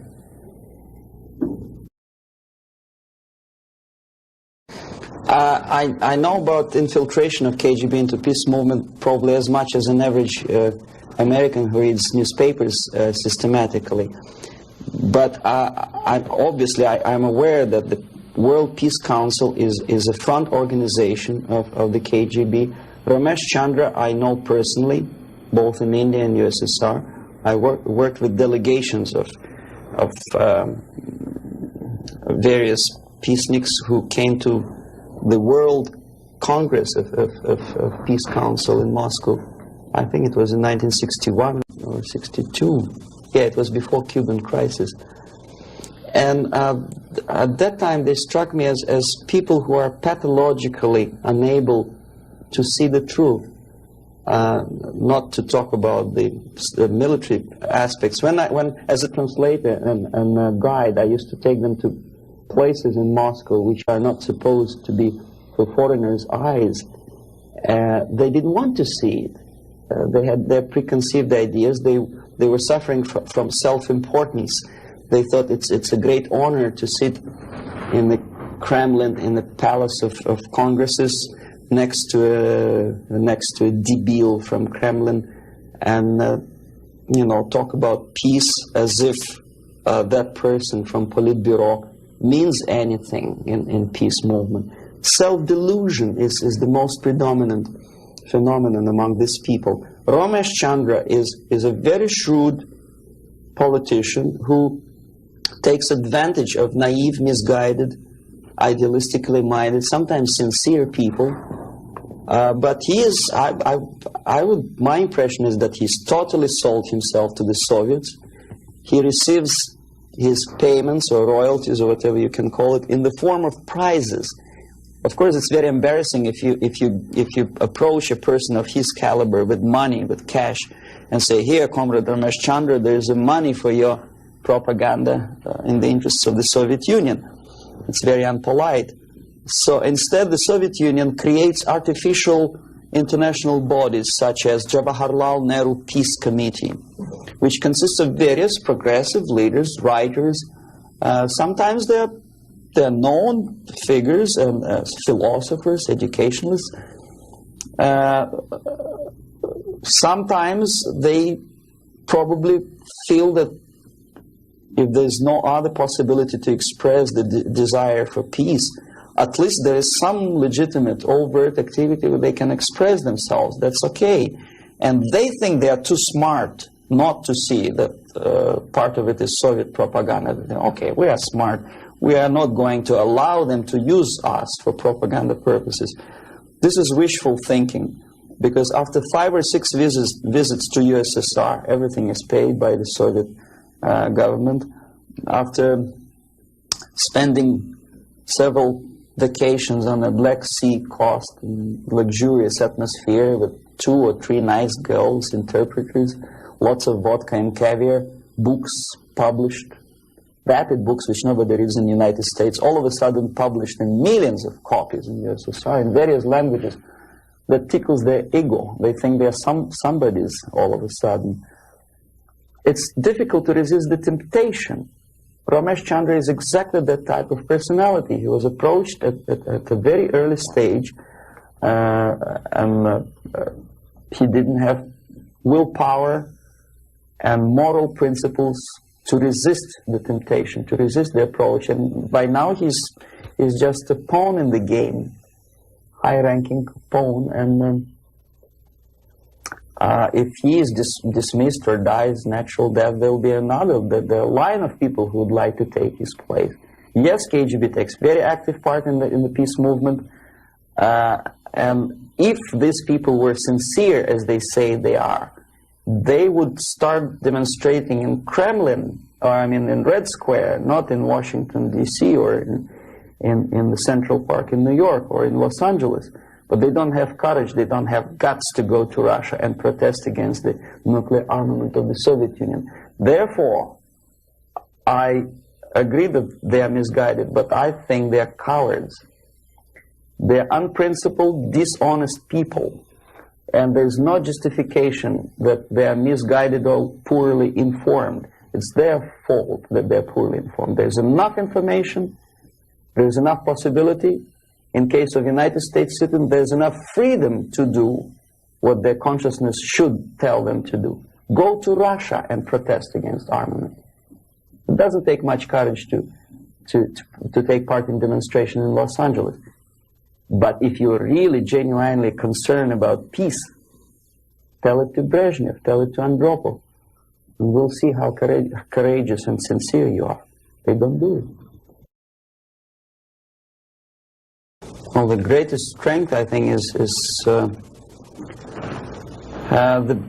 basic principle of American democracy, common sense, and the value of the principles of private property and respect to human dignity and individual rights.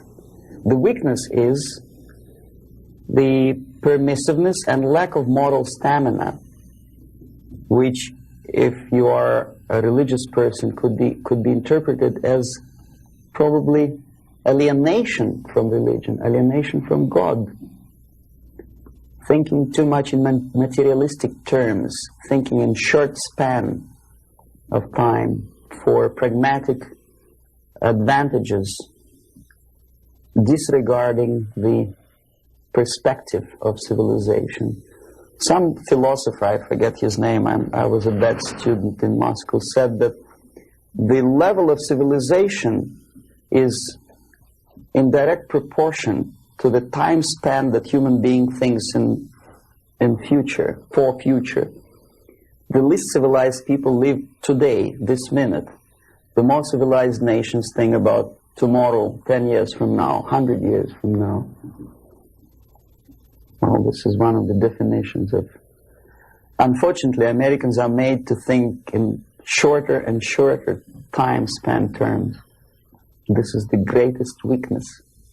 So therefore, enjoy life and make love, not war.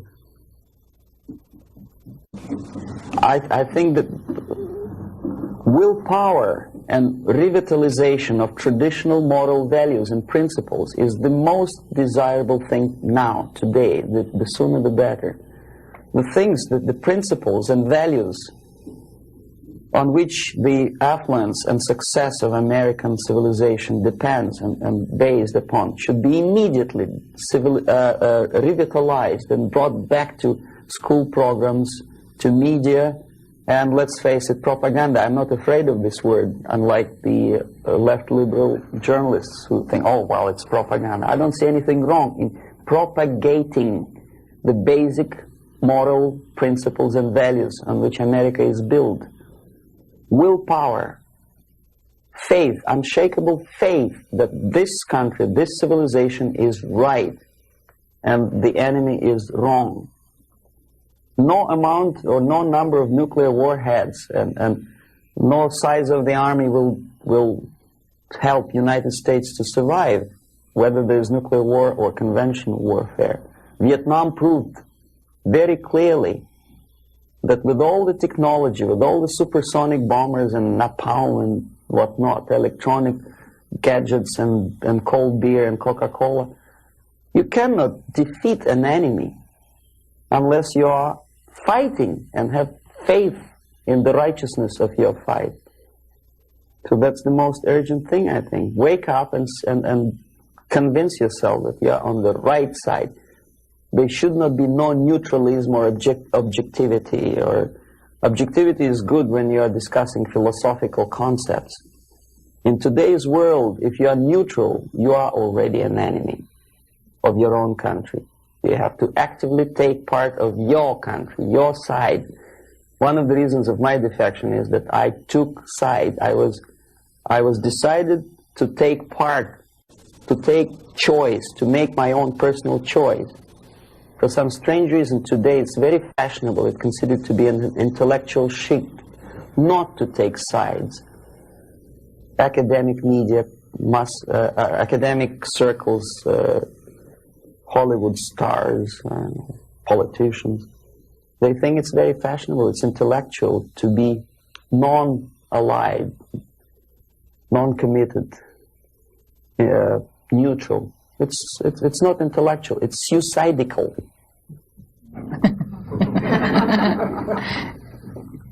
Suicidal. Okay, I'll start with a short explanation. I'm going to show you some slides now. The things that you're going to see, there's nothing new actually. They're reproductions from various media organs in the United States, USSR. Probably you see these pictures 100 times a day. I'm going to give you a different viewpoint on the same things, same facts that you see, and probably don't take much trouble to understand and think what you are seeing. I don't know if you heard my introduction. I'm an ideological subverter, yes, from Russia. Okay.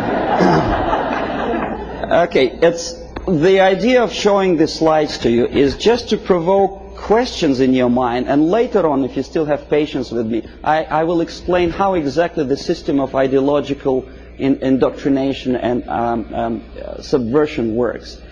Well, we know that we are living in a time of peace, and we know that recent walkout from the Geneva talks by the Soviets is centered around the nuclear arms and rockets. We don't see much about the Soviet preparedness, a Soviet viewpoint on the military strategy. Well, this is a selection of pictures, only pictures. Confucius said that one picture tells more than 1,000 words. These pictures are from everyday newspapers in USSR. This is what a Soviet citizen looks upon every day. Basically, this is a militaristic spirit, pictures of foreign delegates observing the rockets passing the Red Square. The idea of invasion, unlike in the United States, is not being criticized by the Soviet media at all. On the contrary, it's being forcefully encouraged from the age of, say, 5 or 6 year old. Every Soviet student or schoolboy has to go through military training. This is a picture from a special military school where young kids, well, maybe 4 or 5 years old, are being trained to be future officers of the Soviet army. That's what they do when they grow up. These are the Soviet sailors, Navy officers in a foreign country. We criticize a lot American presence in foreign countries, but we never criticize and we never pay too much attention about these planes landing with ammunition and firearms in, say, countries like Ethiopia. These are the pictures in Time magazine which probably you've seen and then forgotten about it. These are the Soviet tanks on foreign territory. Are there any protest demonstrations in Los Angeles or New York City? No. These are the Soviet military advisors. Nobody tells them Russians go home. How it starts? The media obviously plays a great role. This is a political cartoon from a Western newspaper. You see, it was published sometimes after the Second World War. These 4 columns of peace, pay attention to whom they are being erected. Roosevelt on the left, Churchill on the right, and Stalin in the middle. A peacemaker, Stalin. Okay, this is another thing. Chicago Tribune, January 1945. Destiny's Child. New Year, 45, is born. Look who is looking with love and affection. Churchill, Roosevelt, Chiang Kai-shek, and Stalin. And this is how the Soviet media describes Churchill as a warmonger. Искусство, Moscow, 1951. This is how the Soviet media presents American militarism linked with Nazism. This is how the Soviet media illustrates South African colonialism, not much different from a political cartoon in New York Times or Los Angeles Times. As a matter of fact, almost similar. Growth of inflation due to military expenses. A political cartoon from Pravda newspaper. It could be published as it is in Los Angeles Times. Nobody would wonder. NATO is criticized by the Soviet media, but so it is by the American media. Law and order, justifying the former military criminals. This picture. This is what this is a number of books which I selected in an average university bookstore. Most of them are left-wing propaganda. Erich Fromm, May Men Prevail? The Indochina story, of course, from the viewpoint of left. Lenin's work, How to Deal with Communism, by a former ambassador to USSR. Marx and Engels, Lenin, Herbert Marcuse. The communist movement. These are the books which are included in the list of reading for an average student of political science department in any college of Canada or United States. These are the books which are on sale in United States and Canada. Soviet propaganda. These are the booklets and magazines published by Novosti Press Agency, for which I worked for 12 years. No restriction for these booklets. I found them on the campus of Toronto University. Half of these books I edited myself when I was working for Novosti in Moscow. This is a very interesting thing. It doesn't say much unless I explain what it is. These are the seals attached to crates of books imported from USSR to Montreal. As you can easily see, the seal is unbroken, which means that the customs in Canada didn't bother to see what's inside. And as I know from my personal experience, we used to import machine guns, AK-47 and ammunition through India to Bangladesh in exactly the same crates, signed printed matter to Dhaka University. This is what editor of Time magazine suggests you to read at the time of invasion, fall of Southeast Asia to communists. Solzhenitsyn's Gulag Archipelago is on the bottom of the list according to the editor's choice. Why on bottom of the list? These are the books which are never included in the list of compulsory reading to in any university or college in the United States or Canada. Look what the student is missing. The Death of Stalin, Childhood in Prison, Ferment in Ukraine, Russian Secret Service, The Great Terror. These are the books which for some strange reason Americans are denied the freedom and right to read. Why America is in global retreat? Have you ever seen this book on a campus? No, of course not. I know that. Anthony Sutton, National Suicide. Have you ever had a chance to read that book? Oh, you had? Well, good.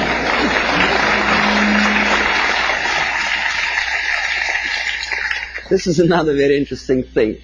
A description how drugs penetrate into Western society originated in communist world. For some strange reason, that textbook is never included in the list of compulsory reading for students of political science or international affairs. This is the book written by a former member of Communist Party in Czechoslovakia, explaining the tactics of subversion. For some strange reason, it was not published in the United States or Canada. The author had to pay for the publication himself after defecting to the West. This is another interesting example. Exoneration and Ultimatum, written by Richard Romer, a science fiction novel about invasion of the United States into Canada to expropriate the oil and natural gas resources in that neighboring friendly nation. Why it took invasion, I don't understand. 51% or more of the companies are already belong to the United States in Canada, as probably you know already. Who is the author? Richard Romer is a dynamic and dedicated exponent of the needs of potential. And so anyway, he's a friend of Pierre Trudeau, a former military officer. And what he writes is something that Andropov probably would be very happy about. He describes a situation when the only thing that saves Canada from United States military occupation is a call from Andropov to the President of the United States threatening him with the reply or with the military answer to an invasion of Canada by United States. And this is written by a close friend of Pierre Trudeau, a politician, a former military man. Why? Is he a paranoid or am I a paranoid? These are the three books published almost simultaneously, sometimes in the middle of 70s. CIA and the Cult of Intelligence. CIA Diary by Philip Age and the KGB by John Barron. I tried to buy the KGB, but it was not in the bookstores of Canada or United States. The previous two books on the left were. This is the author of the most anti-American book, The Defector to the Communist Side, Philip Age. He is alive. Nobody is threatening his life. Nobody is poisoning him with poisoned umbrella. This is, you know who? He's criticizing CIA for developing a gun to kill communist agents. And he tries to present it as a crime on behalf of United States Intelligence Agency. Why is it a crime? To defend you from the communist agents and to develop a secret gun, which is silent, is a crime. Is there any logic? I don't see any. This is the fellow who also criticizes the United States CIA for developing technical means of bugging USSR embassies on the territory of United States. Why not? I don't see any reason why not. But Mondale obviously does. He knows better. These are the authors who published lists of American agents stationed all over the world. They are alive. They make quite a lot of money on that publication. And this is the victim. The chief of CIA in Greece was killed when the book of the previous two Americans was published. This fellow is dead. The other two are not. Siberia in 1971 was visited by a group of politicians from Canada. And this is the report about that visit. This is the group. We're shaking hands with the Soviet ambassador. This is a Soviet technical miracle. A pipeline on thermofrost or something. In other words, what Canadians were doing in early 60s is presented to Canadian public as an achievement, a great technological achievement in USSR. This is the route of their travel in Siberia. The Canadians covered that much of distance. Please remember that map. I will come back to that question. This is a book published by a Canadian author, Farley Mowat. By the way, Never Cry Wolf, a movie which is made on the basis of Farley Mowat's book. He's a nice fellow, drinks a lot of vodka. He was a guest of Novosti Press Agency, which I was working for. This is another book written by Farley Mowat after returning from Siberia. He was accompanied by a person like myself, a Novosti Press Agency journalist. Glorification of Siberia. This is what this is the route, I promised you to come back to that map, which Farley Mowat, a Canadian progressive writer, covered when he was in USSR. This is what he makes Canadians to believe Siberia looks like. It does, of course. Baikal Lake is a very beautiful natural phenomenon. A nicely dressed Soviet Eskimos or Chukchas, I don't know, some ethnic minorities, friendly talking to each other in fluent English.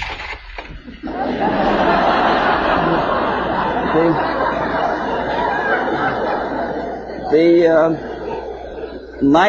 nice motel somewhere in the middle of Siberia. Huge hydroelectrical projects. It is true, it is built, but they never mentioned by whom. And this is what I eventually wanted to show you. These are the two routes. First one in red ink by Canadian government delegation. In blue ink by the author Farley Mowat, accompanied by Novosti Press Agency. The black dots are locations of Soviet concentration camps. These people were shown the places where the slave labor is being used by the Soviet government, if you call them government. I call them junta of mass murderers. But there is not a single mentioning, not a word, that those beautiful electric stations were built by slave labor. This is what Canadian reader will never see in the report by Canadian politicians or the progressive writer Farley Mowat. You say, well, that's Russia. This is not a kindergarten. This is a prison for children of prisoners. These are the houses. If an American contractor would build a house like that, I think he will end up in jail. But this is what is being shown to some naive foreigners as achievements of Soviet technology. Naturally, if you follow the editor's choice and advice, you will never understand that the description, the most detailed description of Soviet concentration camp system is put on the bottom of the list. You say, well, maybe in USSR, the concentration camp is nothing surprising. Well, this is a concentration camp in Southeast Asia. In Cambodia. Same thing. Slave labor. This is what happens to slave laborers when they don't obey the orders. They are being executed, not by firing squad, because bullets are too expensive, by shovels, crushing skulls. This is the victory of communism for you. This is what happens to their children. And this is the originator of this slaughterhouse, Cambodian Premier Pol Pot, during interview with Time magazine. Very nice, plump, fatherly image. You are made to believe that Holocaust happened during the Second World War is something that may happen again. It may, but the originator of it may not necessarily be the Nazis. We don't have any Nazi submarines roaming around the shores of the United States and Canada. We have liberation forces. That's what Holocaust. This is happening right now after the so-called National Liberation Movement. This is a still from a movie, Holocaust, a television production. The Nazis are shooting the prisoners, the Jews. We are made to, well, it's horrible, of course, there's no denial. It happened many years ago, and the tactic which I will explain you later, if you have patience with me, is sidetracking your opinion from present danger to the past. From this is present time, this is past time. This is happening right now in Asia, Africa, and Latin America. Is there any movie about Holocaust which happens now? No. This is what happens in, well, it did happen in Rhodesia before it becomes Zimbabwe. It's a black girl, by the way, not a white one. This is the result of the socialist movement. These people were killed by those who are now in power in Zimbabwe. And we call them reverend bishops or whatever. This is the supply of Soviet arms to Rhodesia before it turned into Zimbabwe. And this is a very interesting picture. A poor South African is showing his internal passport, saying that there's no freedom and he has to live wherever he is assigned to live by the police. For some strange reason, not a single media outlet in the United States makes a comparison, because in Russia every citizen have a passport like that. And the Asian ethnics in USSR do not have the right to live in those areas which are designed for the whites, and the other way around. But we are getting emotional about this passport. Why not about Soviet passport? The answer is flowing in the wind, how they sing in the wind. Okay, the feeling of guilt. Open any magazine. There are lots of pictures like that. Hungry people asking for your dollar. Donation. Think about it. Emma De Leon has no one else to turn to except you. See how many pictures? I collected them within 1 week. And who helps them? Rock stars. Through United Nations, UNICEF. And how they use this money? They buy arms.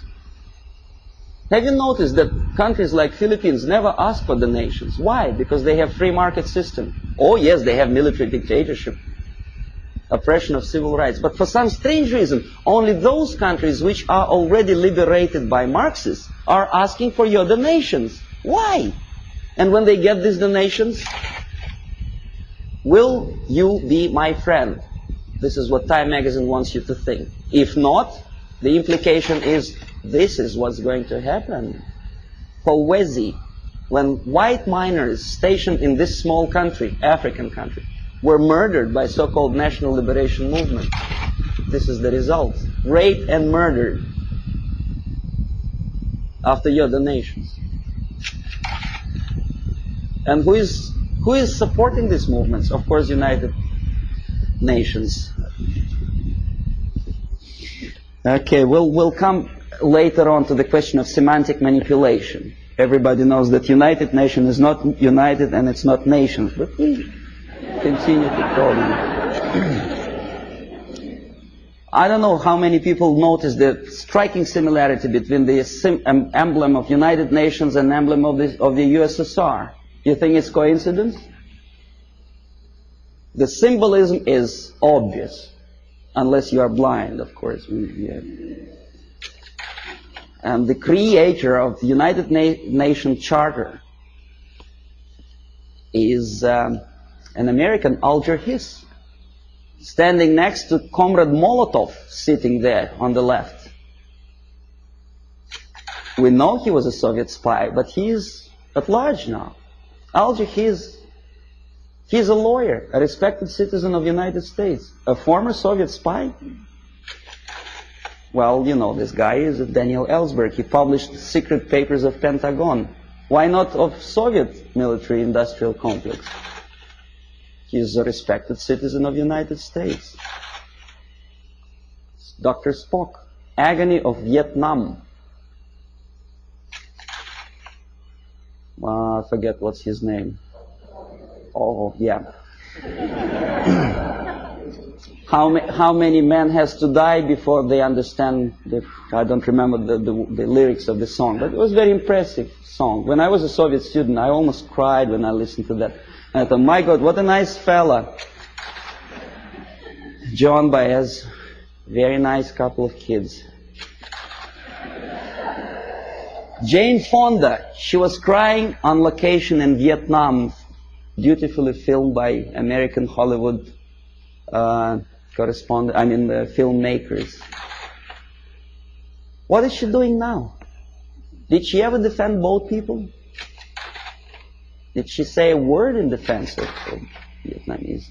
Or say about horrors of coming out of this? No, she's busy preaching the health or whatever. And also, she takes part in demonstration against South African racism. Not about this. And not about this. This is liberation movement warriors. Jane Fonda didn't say anything about that racism. A black killed by blacks simply because he is anti-communist. That's just a symbolic picture. Okay, now next thing, I'm going to show you some slides which are also nothing sensational, but may provoke some questions in your mind. Maybe not.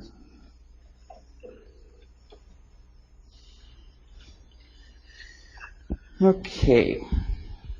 The more questions you have, the better, because we'll come to systematic explanation of the phenomenon later. Now I want you just to get excited. Hollywood actress talking to Fidel Castro. Nothing wrong, of course. Depends what is the message or what's the subject of talking. I bet you never heard about this fella. He's an American singer, Dean Reed. He's singing in Moscow for some strange reason. And you know what he's singing about? Oppression, civil rights in USA, and about poor Americans who cannot survive. Well, I don't want to be too critical of Pope, of Catholic Church, but some statements which he made at the earlier years of his becoming a pontiff of Catholic Church, strikingly unpleasant to me. Communism and church can coexist. Can they? Well, you should ask Russian Orthodox priests who were literally exterminated by the Soviet communists. Communism and church can coexist. I don't think so. Catholic Times. I collected this newspaper in a Catholic church which I attend, although I'm Orthodox Christian, as Russians, most of them are. But I do come to Catholic church because my wife is a Catholic, so I don't see much difference, because God, I suppose, is one, so Jesus Christ is also the same, which church, whichever you go. But Christians and socialism is something that doesn't really appeal to me. I don't know, how about you? Social justice central to gospel, is it? I never heard about it. Join with Marxists? It's from the same newspaper.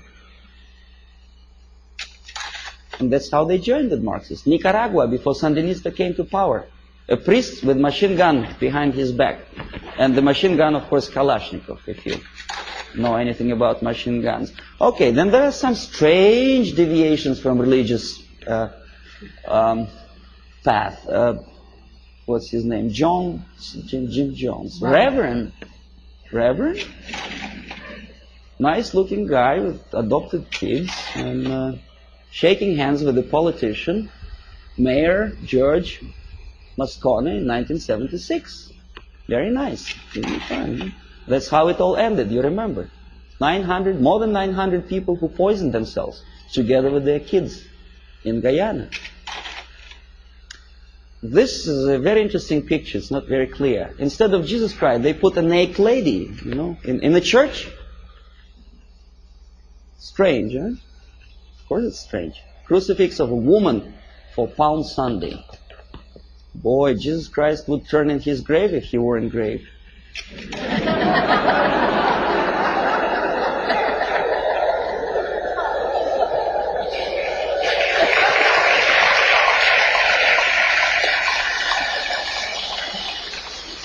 Now this is something that also indicates some strange occurrences within the framework of organized religion. In Struggle, a paper with hammer and sickle, published by a Canadian group of Trotskyites, very dynamic, extremely radical group.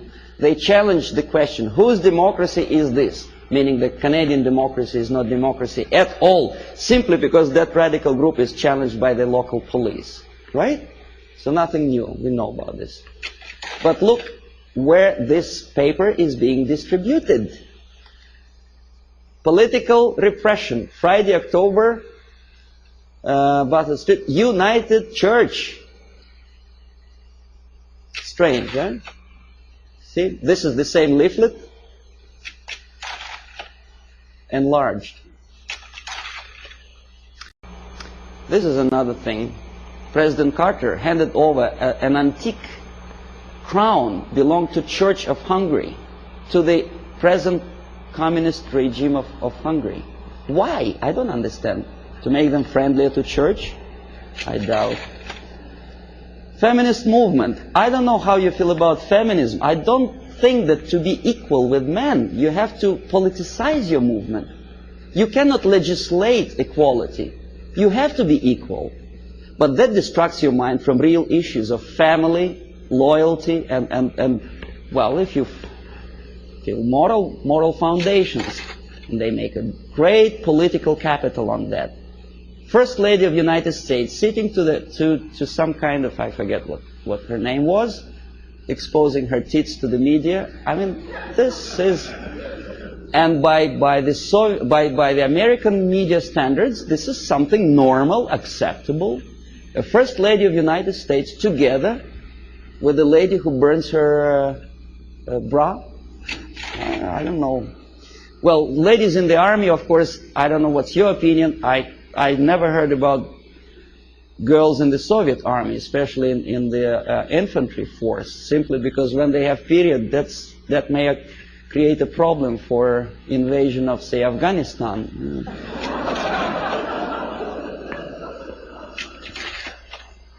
Again, the homosexualism. To be honest, me personally, I don't like the idea of homosexuality. I think it's unhygienic. But homosexuality in the army, making heroes of them, gays on the march. Why? Why to have copulation in a natural manner deserves a public opinion, attention, and a political force? Why to politicize something which doesn't belong to politics at all? In the Soviet Union, we have a joke: don't mix politics and prostitution; they are already mixed. We know perfectly well this. The medical science proved that homosexuality leads to distortion in human psychology. This fellow killed 15 kids after molesting them sexually. We know that most of the agents who were recruited by KGB, including McLean and Guy Burgess, were homosexuals. But we are reading in the media that this is something acceptable. More than that, we are made to believe that these people deserve equal rights and respect. Well, that again is a debatable question, whether to like or not to like certain type of music. Me personally, I don't. These two nice ladies, one is younger, the other is a little bit older, both of them wanted, for some strange reason, to shoot President of the United States, defending the environment of the United States, the green trees and vegetation. Why it takes that of United States President to defend the environment, I don't understand. If you do, please explain. Then, of course, glorifying all kind of national liberation leaders, we naturally provoke our own kids to go into some strange liberation movement. You know who I'm talking about. This is the girl who was abducted by terrorists, and then she became terrorist herself, a daughter of a wealthy publisher. Naturally, there are thousands, millions of kids who loved, adored her courage. This is Comrade Carlos. You know who he was? He was trained and educated in Lumumba University, where I was teaching Russian language to the likes of him. That's the result of the activity when they come back home. Aldo Moro was killed by Red Army terrorists who wanted to liberate Italians from something. I don't know from whom. These are the persons who were part of Baader-Meinhof gang. And this is a person who also liberates someone from someone. I don't exactly know, obviously, Indians from whites in the United States. But pay attention what he holds in his hand. It's Kalashnikov, AK-47. I know it by heart. I can put it apart with my eyes closed. War on terrorism. Does it exist?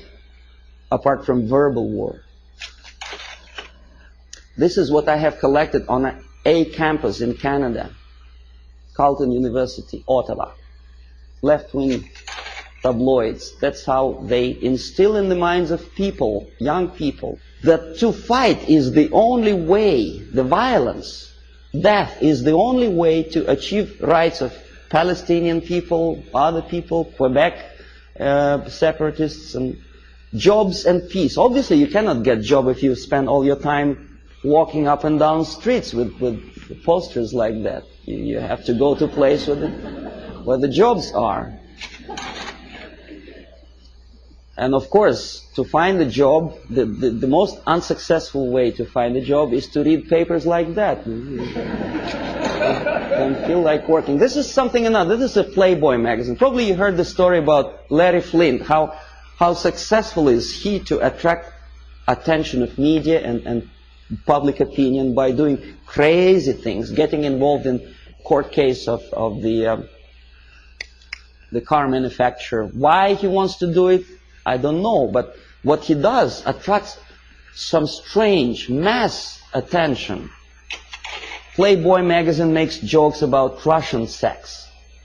That's the image they want to present to American people. But they don't explain to American people that the process of demoralization is not a question of joke. This is Portugal after socialists came to power. On your left is a prostitute who was imported from East Germany to Lisbon. A communist prostitute in a country which is just had its successful socialist revolution. Very interesting. What for? To make money? No, I'll tell you later. On the right, pornographic literature in a country with strong Catholic moral principles. Well, I don't know how many people of you like to drink alcohol. I did. But I noticed that some ads in magazines have some strange desire to joke about alcohol. And the jokes are closely related to justification of Soviet, Russian presence. A prominent Russian joined the secret service. Something to joke about while you drink vodka. I don't see any humor in that. Do you? I don't know. Okay, this is a number of advertising of alcohol. for which Canadians get into hot water. Comes the revolution, anyone can drink McGuinness vodka. Alberta vodka is superimposed on the picture of cruiser battleship Aurora. I don't know how many of you know that this is a historical relic in USSR. The revolution, communist Bolshevik revolution, started with the cannon fired from that battleship. And obviously Soviet embassy was insulted, so they sent a protest note to Pierre Trudeau, and the picture was removed from the magazine. When I was teaching at Carleton University in Ottawa, my superiors forced me to do an IQ test with two groups of my students. The idea was to answer about 100 questions, to give answer, yes, no, or undecided. The more undecided or negative answers you give, the more, according to the compilers of this test, you are adaptable and useful to society. The more positive answers you give, the more questionable is your adaptability and usefulness for your country. This is explanation how to score, how to count the scores. And now see the questions. Telling dirty joke is bad. A good soldier is a patriot. Yes, no, or undecided. Think about it. Every communist should be run out of the country. Yes, no, or undecided. The Bible is the greatest source of truth.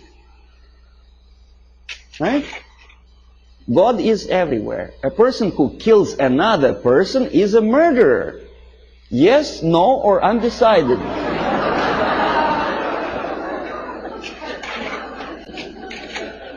Okay, now, if you don't believe me, let's come back. See, I want to repeat you once again the conditions of the scoring. The more undecided and negative answers you give, the more you are adaptable and flexible and useful for the society. Do you understand what they are doing to kids? Okay, they are doing two things at a time. They teach them moral relativism. They teach them how to lie to get a greater score. Because obviously a child would say if a person kills another person, he is a murderer. But for the sake of getting a higher score, obviously a student would put no or undecided. So you teach your kid how to lie to be successful and to look adaptable and useful for society. Well, obviously I had to do that test, but I added one more question to that thing. My own question. I said, what kind of society you are going to be useful to?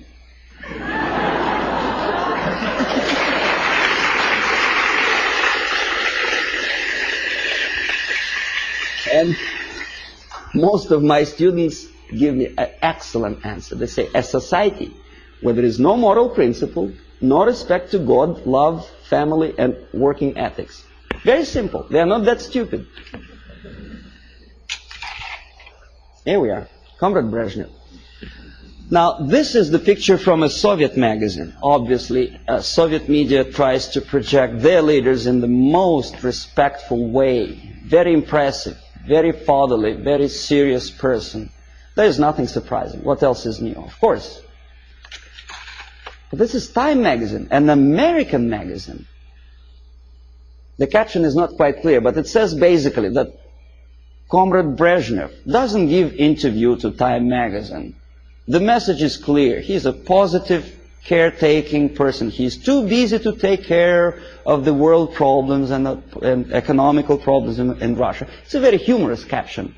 But nevertheless, the impact, if you are not quite concerned about politics, what is your impression about this nice gentleman?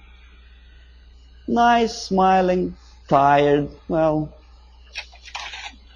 And this is how media presents your leaders.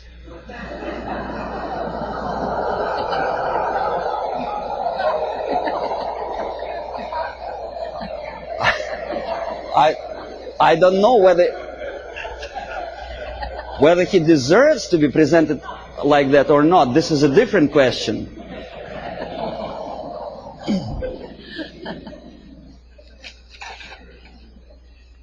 This is Prime Minister of Great Britain about 10 years ago, together with Beatles. You may or may not like Beatles. Me personally, I don't like them. But a prime minister of a country together with entertainers. The Queen, Her Majesty Queen, knighted Beatles, a highest honor which previously in all times was given only to the most deserving patriots of the British Empire, was given to a bunch of monkeys.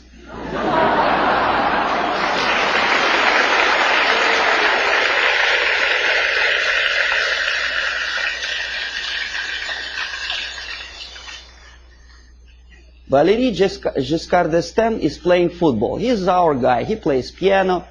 No, never mind what he does for politics or world problems. He's nice, charming personality. Helmut Schmidt is taking part in a circus performance. Nice, charismatic leader. Never mind what his policies are. He's popular. He's in the section of People of Time magazine. First Lady of the United States together with the pop singer, folk song singer. Well, so what? You know, we had a saying in Russia that in all times, clowns were entertaining the royalty. Today, the mightiest of the world think it's a privilege to appear with entertainers. It's just the reverse of the old principle, you know. They are the entertainers of entertainers because they want it for their political career. Ed Kennedy dances in Moscow. Why? I mean, is that his business to go to USSR? Why doesn't he occupy himself with something more relevant to the urging problems of the world? He thinks he is going to be popular. In America, maybe, but in Russia, they look at him as a schmuck out of his mind.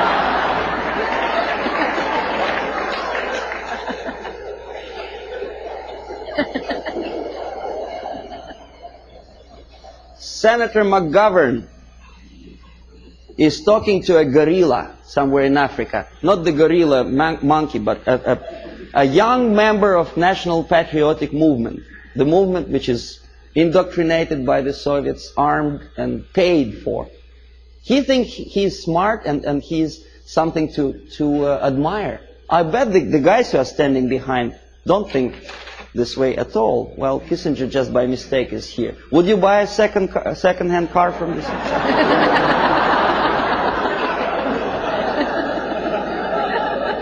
Pierre Trudeau, Prime Minister of one of the most developed industrial nations, independent nation in the world, is befriended by Fidel Castro.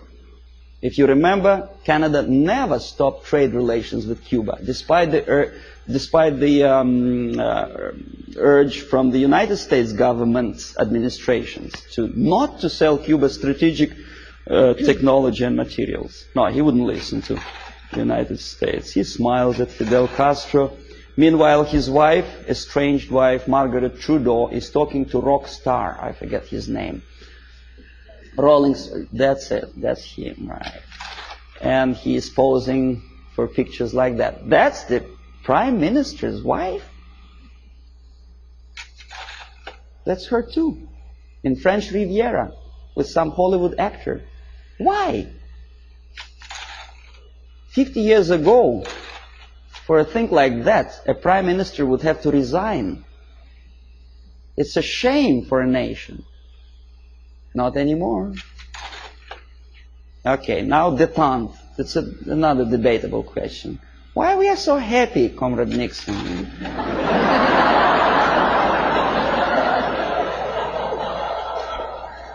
What is so funny? I would like to ask. Yeah, smile again. Why? He's standing next to a mass murderer and he's smiling.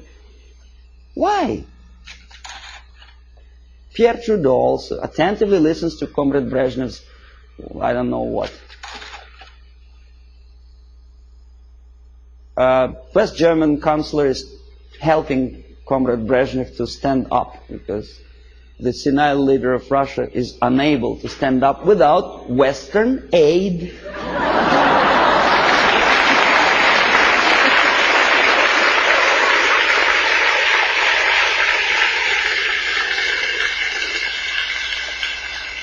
Oh, you may say, well, it's West Germans, they're too close to Russia, probably they do it just in case.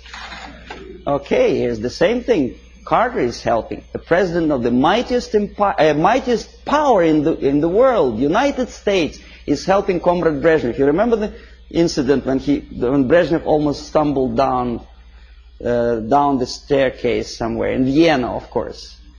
And thanks to Carter, he didn't fall. Andrew Young is talking to a dictator in Africa.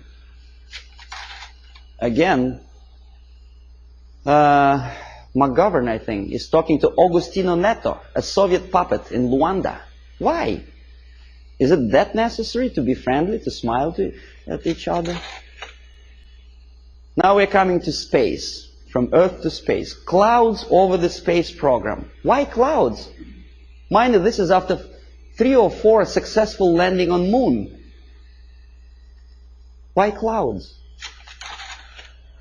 Okay, here's 2 pictures. Left, Soviet cosmonaut walking into Kremlin Hall for ceremonious reception. On the right, 2 American cosmonauts casually watching TV. On the top, Soviet Politburo talking to the space pilots on orbit. On the lower picture, Lyndon Johnson with, I think that's Glenn, no? An American space pilot. Now, even if you don't know anything about the theory of information, the comparison, mind you, this is a French magazine, it's not a Soviet propaganda. The comparison of the size of the pictures gives you the message already.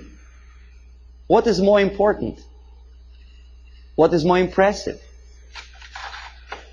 Here, a picture from Soviet newspaper Pravda. A Soviet schoolboy compares 2 replicas of Soviet Soyuz spacecraft and American Apollo. Friendship in space, détente, right?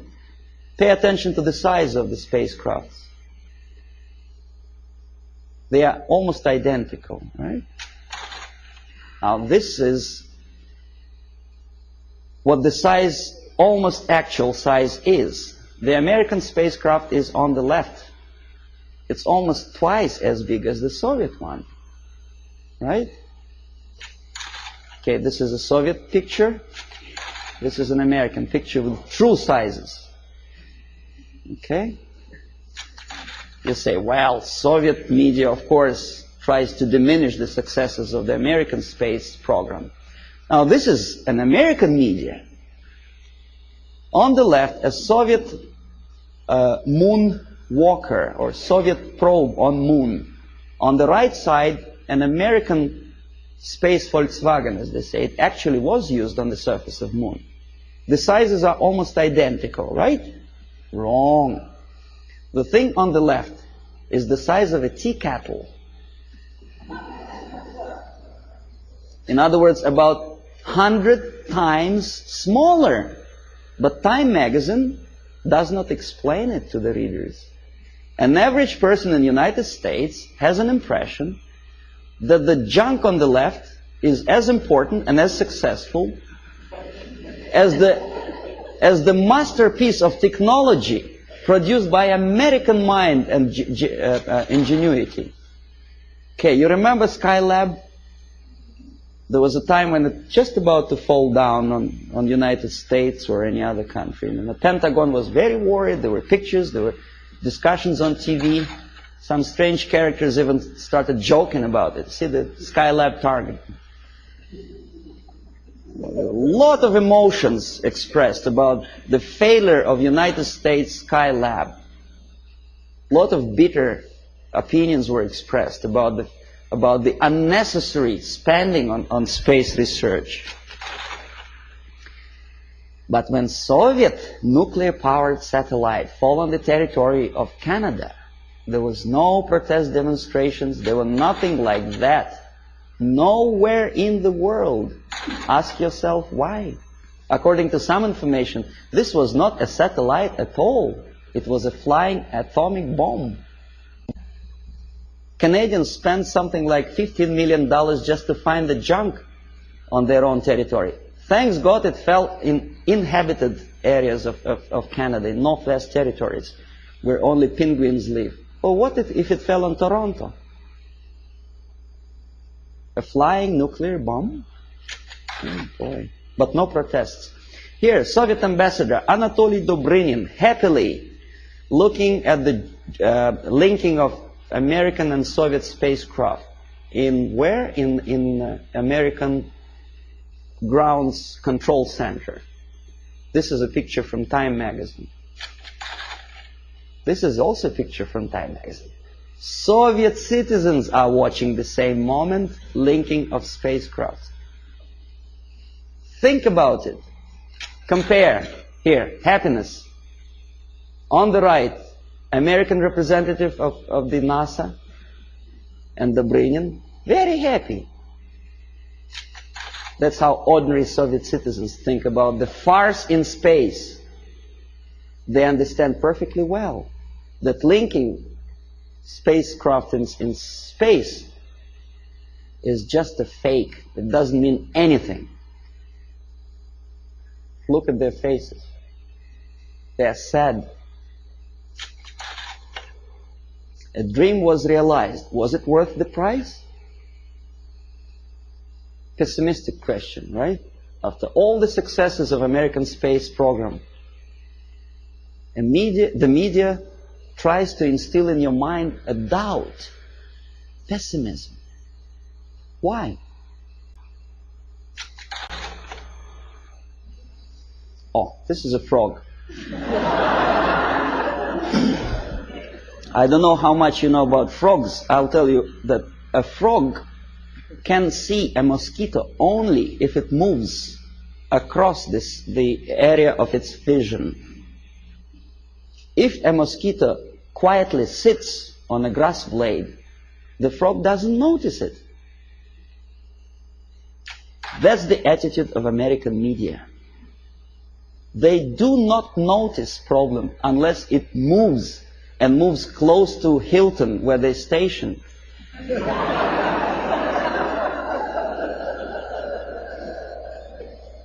These are the people who may file a suit against me if I call them liars, but that's exactly what they are. They've been lying to you for years and years about the situation in Vietnam, in Russia. They were selling commercials, deodorizers and cars, and they sold you a rotten information, disinformation of what happens in the world.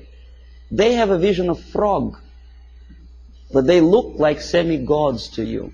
And if I challenge their credibility, probably the people will call me a paranoid or a very nasty person. I may be a nasty person, but that's my opinion. I was a person who used to take these people for a ride when I was working for the Soviet side. Okay, if you don't believe me, here, one of the most conservative newspapers, in this particular case it's a Canadian newspaper, the Globe and Mail, editorial page. Nothing special, right? The malaise of liberal democracies. Saving Bhutto, former president of Pakistan, called priority. And then there is another article on the right here. US out to dominate Pacific, Russians claim. Well, obviously somebody's opinion, right? Nothing unusual for an average reader. Russians claim that United States out to dominate Pacific. The idea is that, well, United States is obviously aggressive and they want to dominate something and Russians are unhappy about it. Somebody says. You read an article and probably you may agree or disagree, but you have a feeling, the message of urgency. The nasty Americans again out to dominate Pacific. Now look who is the author. Alexander Malishkin, Novosti Press Agency. Not a word. Who is Malishkin and what is Novosti Press Agency? An average reader will accept this article as a legitimate, overt expression of an ordinary journalist. It is not an opinion. It's a fabrication by an extension of KGB. Novosti Press Agency is an organization for which I worked for 12 years. This is highest example of dishonesty and disinformation. Just one line more would explain to an average reader what is that he is reading. But alas, there is no explanation. Now this is the monument to Mother Russia in former Stalingrad. Now it is Volgograd. The statue is designed to instill feeling of patriotism and I don't know what else. Pride maybe for the motherland. These are the pictures of construction, high-rise apartments in Moscow, glorious achievement of Soviet technology, caviar as an average staple food of Russians.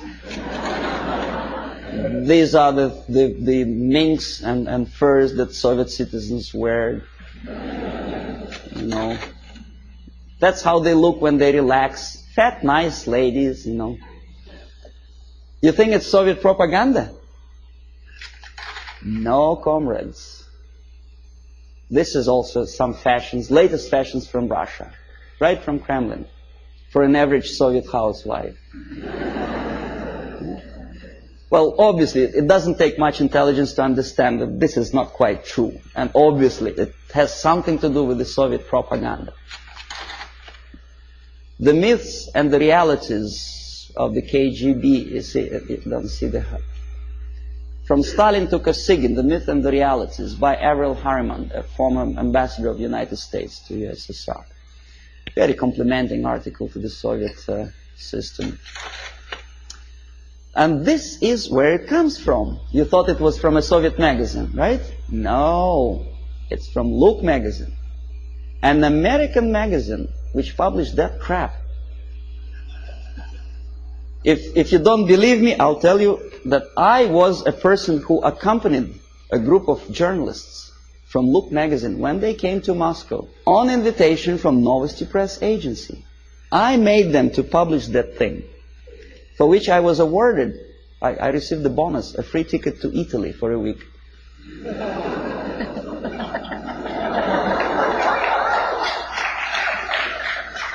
Now, this is look like sheer high-class idiocy, but unfortunately, this is exactly what happened. It didn't took me much effort to convince the Americans, to tell the American journalists from Look magazine, to bring back this magazine, to dedicate the whole issue to the glorious anniversary of Soviet Revolution. This is what you were reading in your American magazine. This is how an average American perceived the Soviet way of life. A happy Soviet citizens. This is what an average girl in Russia wears. This is what they eat and drink. This is how they build their apartment houses. And this is how they're fiercely patriotic. Amazing. Anyway, so I will explain you how it all happens. The last two pictures I will not comment. I want you simply to look close into these eyes.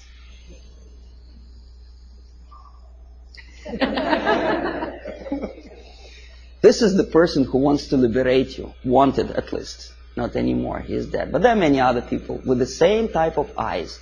If I were a deeply religious person, my answer to that picture would be, these are the eyes of a Satan. He is. Nice fellow, right? United Nations celebrated back in 1969, I think, the 100th anniversary of his birthday. The greatest leader of mankind. God forbid us to have leaders like that. Well, that's all. Well,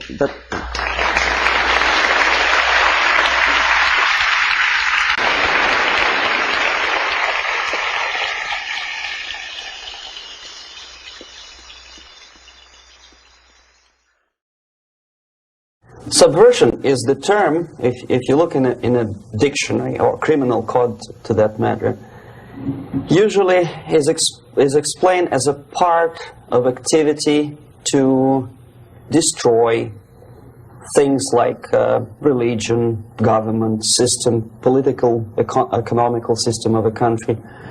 And usually it's linked to espionage and such romantic things as blowing up bridges, sidetracking trains, cloak and dagger activity in Hollywood style. What I'm going to talk about now has absolutely nothing to do with the cliché of espionage or KGB activity of collecting information. So the greatest mistake or misconception, I think, is that whenever we are talking about KGB, for some strange reason, starting from Hollywood movie makers to professors of political science and quote-unquote experts on Soviet affairs, or Kremlinologists as they call themselves, they think that the most desirable thing for Andropov and the whole KGB is to steal blueprints of some supersonic jet, bring it back to Soviet Union and sell it to the Soviet military-industrial complex. It's only partly true. If we take the whole time, money, and manpower that the Soviet Union and KGB in particular spends outside of USSR border, we will discover, of course there are no official statistics unlike with CIA or FBI, that the espionage as such occupies only 10 to 15% of money, time, and manpower. 15% of the activity of KGB.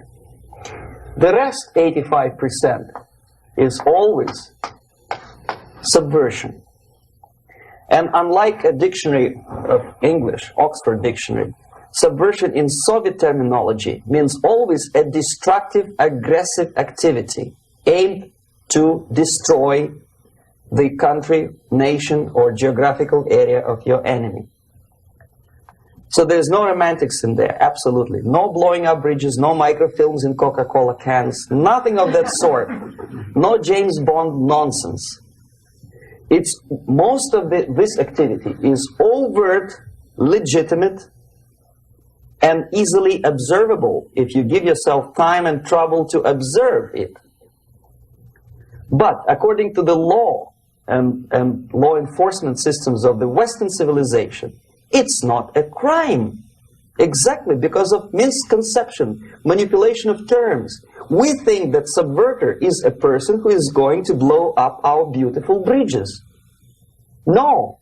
Subverter is a student who comes for exchange, a diplomat, an actor, an artist, a journalist like myself was 10 years ago. Now, subversion is an activity which is a two-way traffic. You cannot subvert an enemy which doesn't want to be subverted.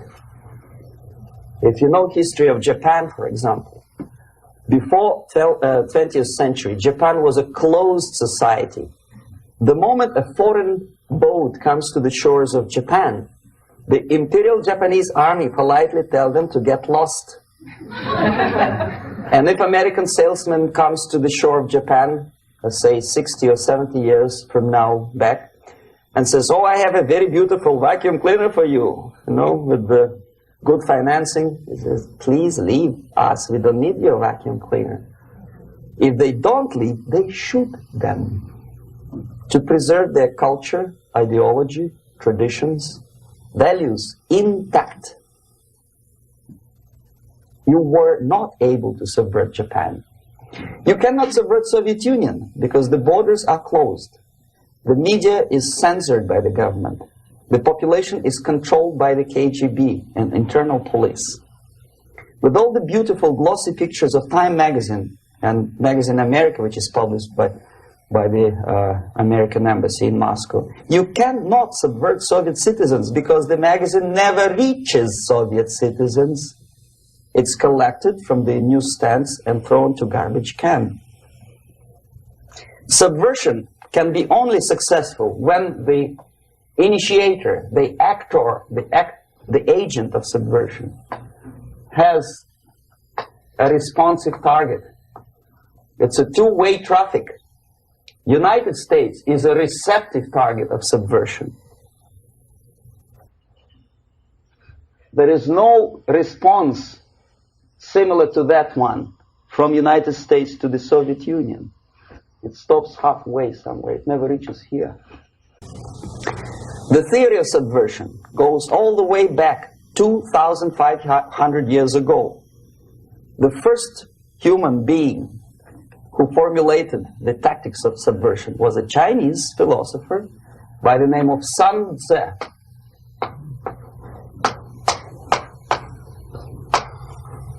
To 2,500 years BC. He was an advisor for several imperial courts in ancient China. And he said, after long meditation, that to implement state policy in a warlike manner, it's the most counterproductive, barbaric, and inefficient to fight on a battlefield. You know that war is continuation of state policy, right? So if you want successfully to implement your state policy and you start fighting, this is the most idiotic way to do it. The highest art of warfare is not to fight at all, but to subvert anything of value in the country of your enemy, until such time that the perception of reality of your enemy is screwed up to such an extent that he does not perceive you as an enemy, and that your system, your civilization, and your ambitions look to your enemy as an alternative, if not desirable, then at least feasible. Better red than dead. That's the ultimate purpose, the final stage of subversion, after which you can simply take your enemy without a single shot being fired, if the subversion is successful. This is basically what subversion is. As you see, not a single mentioning of blowing up bridges. Of course, Sun Tzu didn't know about blowing up bridges. Maybe there were not that many bridges at that time. But the basics of subversion is being taught to every student of KGB school in USSR and to officers of military academies. I'm not sure if the same author is included in the list of reading for American officers, to say nothing about ordinary students of political science. I had difficulty to find the translation of Sun Tzu in the library of a university in Toronto and later on here in Los Angeles. But it's a book which is not available. It is forced to every student in USSR. Every student who is taught to be dealing further in his future career with foreigners. What subversion is? Basically, it consists of 4 periods, time-wise. If we start from here and go this way, time, right? This is the beginning point. The first stage of subversion is the process which is called, basically, demoralization. It says for itself what it is.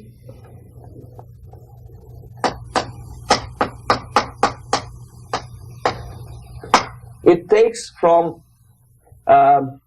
say, 15 to 20 years to demoralize a society.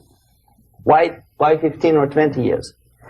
This is the time sufficient to educate one generation of students or children. One generation, one lifetime span of a person, a human being, which is dedicated to study, to shaping up the outlook, ideology, personality. No more, no less. Usually it takes from 15 to 20 years. What it includes? It includes influencing, or by various methods, infiltration, propaganda methods, direct contacts, doesn't really matter. I will describe them later. of various areas where public opinion is formulated or shaped.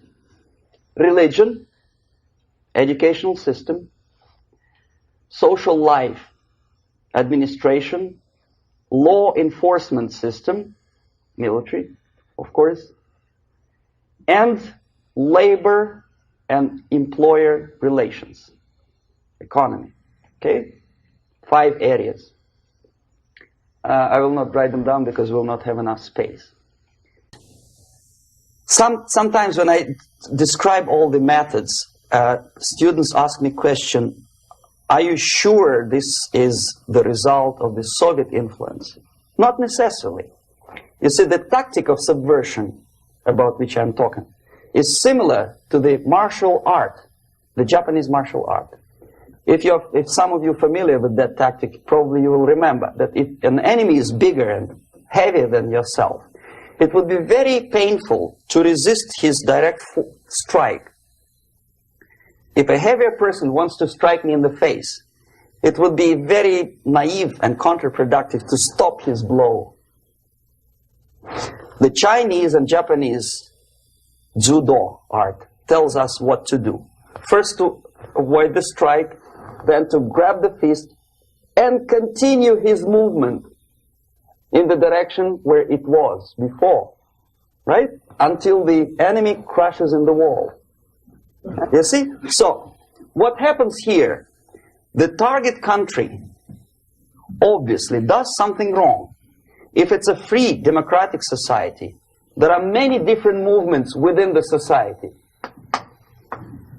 There are obviously, in every society, there are people who are against this society. They may be simple criminals, ideologically in disagreement with the state policy, conscientious enemies, simply psychotic personalities who are against anything, right?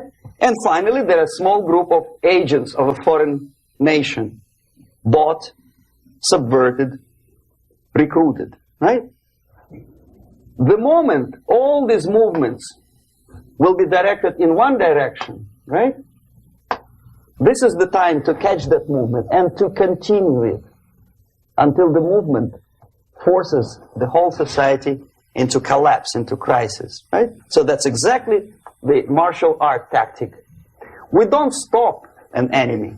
We let him go. We help him to go in the direction we want them to go. Okay? So, on the stage of demoralization, obviously there are tendencies in each society, in each country, which are going to opposite direction from the basic moral values and principles. To take advantage of these movements, to capitalize on them, is the main purpose of the originator of subversion. So we have religion, we have education, we have social life, we have power structure, we have labor relations, unions, and finally we have law and order. 1, 2, 3, 4, 5, 6. Okay? These are the areas of application of subversion. What it means exactly? In case of religion, destroy it, ridicule it, replace it with various sects, cults, which bring people's attention, faith, whether it is naive, primitive, doesn't really matter. As long as the basically accepted religious dogma is being slowly eroded and taken away from the supreme purpose of religion, to keep people in touch with the supreme being, that serves the purpose. Therefore, replace it, accepted, respected religious organizations with fake organizations. Distract people's attention from the real faith and attract them to various different faiths. Education. Distract them from learning something which is constructive, pragmatic, efficient. Instead of mathematics, physics, foreign languages, chemistry, teach them history of urban warfare, natural food, home economy, your sexuality, anything, as long as it takes you away. Okay? Social life.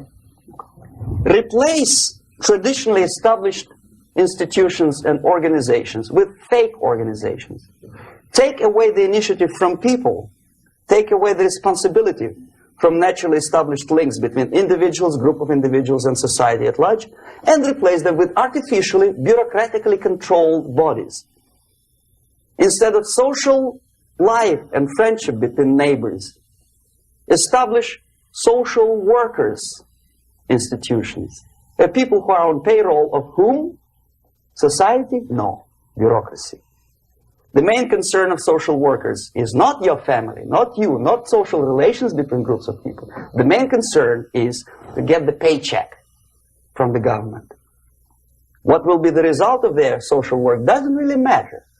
They can develop all kind of concepts to show to the government and to the people that they're useful. Okay, away from the natural links, power structure. Okay, the natural bodies of administration, which are traditionally either elected by people at large or appointed by elected leaders of society, are being actively substituted by artificial bodies. The bodies of people, groups of people, whom nobody elected. Never. As a matter of fact, most of the people don't like them at all, and yet they exist.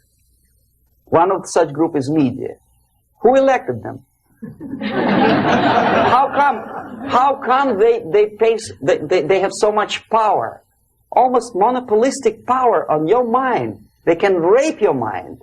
But who elected them? How come they have a nerve to decide what is good and what is bad for the elected by you, president, and his administration? Who the hell are they? Spiro Agnew, who was hated by the liberal left, called them a bunch of enfeebled snobs. And that's exactly what they are. They think they know. They don't. The level of mediocrity in a big establishment like New York Times, Los Angeles Times, major television network, you don't have to be excellent journalist. You have to be exactly a mediocre journalist. That's easier to survive. There's no competition anymore. You have your good, nice income, $100,000 a year. That's it. Whether you are better or worse doesn't really matter anymore. As soon as you're smiling to the camera and do your job. That's it. No more competition. Power structure slowly is eroded by the bodies and groups of people who do not have neither qualification nor the will of people to keep them in power, and yet they do have power. Okay. Together with that, there is another process. Law enforcement, law and order organization and structure is being eroded. For the last 20, 25 years, if you see old movies and new movies, you can see that in new movies, a policeman, an officer of the United States Army looks dumb, angry, psychotic, paranoid. A criminal looks nice, kind of, well, he smokes hash and shoots the whatever drug, but basically he's a nice human being. He's creative. And he's unproductive only because society oppresses him. Whereby a general of Pentagon is always, by definition, a war maniac. A policeman is a pig, rude policeman. He abuses his power. No? A generalization like that. The hatred, the mistrust to the people who are supposed to protect you and enforce law and order. Moral relativity. The Angelo Buono process lasted 2 years in Los Angeles. And yet there are still some lawyers who say, look, he's a nice character, as a matter of fact. There was some witness who said, also a criminal, who said, well, he's a nice guy. I asked him one day to burn a house of my enemy, and he wouldn't do it. He's a nice fellow. Erosion. A slow substitution of basic moral principles, whereby a criminal is not a criminal, actually. He's a defendant. Even if his guilt is proven, there is still a doubt to kill or not to kill, to be or not to be. Thou shalt not kill, yes, but this line may not necessarily be applicable to a murderer. Thou shalt not murder. That should be the presumption, not that thou shalt not kill. Okay, labor relations. At this stage, within 15 to 20 years, we destroy the traditionally established links of bargaining between employer and employee. The classical Marxist-Leninist theory of natural exchange of goods. A person A has 5 sacks of grain and person B has 5 pairs of shoes. And the natural exchange without money is when they bargain between each other. And only with the introduction of the third force C, an entirely third foreign stranger who says, no, don't give him 5 sacks of grain, give it to me. And you give me your 5 pairs of shoes and I will distribute it accordingly. So that the economy will go. This is the death of natural exchange, death of natural bargaining. Well, trade unions were established 100 years ago. The objective was to improve working conditions and to protect the rights of workers from those employers who were abusing their right because they had more money. Objectively, at that time, initially, the trade union movement did work. What we see now is that the bargaining process is no longer resulting in the compromise, which is leading objectively to betterment of working conditions and increase of salary. What we see is that after each prolonged strike, the workers lose. Even if they have 10% increase of their salaries, they cannot catch up due to inflation and due to missed time. More than that, millions of people suffer from that strike because economy now is interdependent. It's intertwined like one body. If previously steel workers, say 100 years ago, could strike and nobody would suffer, now it's impossible anymore. If a garbage collector strikes today, the rest of the multi-million city is stinking. I mean, there's no more service. In Quebec, for example, we had the electricians who were on strike in the middle of winter. You can freeze your bottom, and they still were on strike. Did they catch up with the salary? No, they lost. Who benefited? The leaders of trade union. What is the motivation for strike? Improving of a workers' condition? No, obviously it's not. Then what is it? Ideology. To prove to these capitalists. And the obedient horde of workers, like sheep, follow these people. And they cannot disobey. Why? Because if they do, you know what happens to them. Pickets, murders, shooting truck drivers by picketers. In Montreal, for example, I saw with my own eyes when I was correspondent of CBC, International, Canadian Broadcasting Corporation, when the workers of aircraft factory destroyed computers and the equipment in the factory.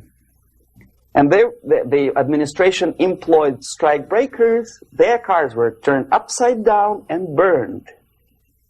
Their houses were burned. Their kids were intimidated. And some victims were there. Of that we can be sure.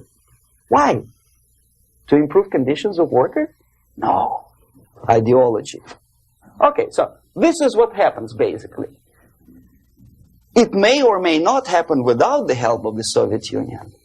But the natural tendencies are being greatly taken advantage of and capitalized by the Soviet propaganda systems. How? Whenever trade union strikes, we have influx of propaganda, mass media, ideological dissemination. The workers' right, and we repeat it like parrots. Yes, workers' right. Whose rights? Workers? No. The only freedom of worker to sell his labor according to his own desire and will is taken away from him. By whom? By trade union boss. Unlimited power is given. Responsibility. I want to sell my labor not for $2.50 an hour, but for $2. I don't have right. My freedom is denied to me. I know that if I sell my work for $2 an hour, not for $3 an hour, I will compete better with the other guy who is lazy and more greedy. I don't need $3. I need only $2. No, I was made to believe by media, by business, by advertising agencies that I need more and more and more. Have you ever heard any advertising on TV to consume less? No. No way. Whether you need a six-cylinder car or not, you have to buy it. And hurry up. When I was driving here, on the local radio station, an excited announcer said, "You hurry up, rush and save, save, save. There is a pantyhose sale." Save by buying more. See? Of course. It would be too naive to expect that KGB makes that advertising agency to do such a crazy commercial. No, of course not. But what we did when I was working for Novosti Press, we would snow plow editorial offices, student organizations, religious groups with literature of class struggle. If not directly Marxism-Leninism propaganda, then a propaganda of the legitimate aspirations of working class, betterment of life, equality. Equality, mind you. President Kennedy once said, we will make America to believe that people are born equal. Are people born equal? Is there any mentioning in the Bible or any other holy scripture in any religion, if you don't believe me, go to the library and check it. There is not a single word about equality. Just the opposite. By your deeds, God will judge you. What you do is important. The merit of your personality. You cannot legislate equality. If you want to be equal, you have to be equal. You have to deserve it. And yet we build our society on the principle of equality. We say people are equal. We know it is false. It's a lie. Some people are tall and stupid. Others are short, bold, and clever.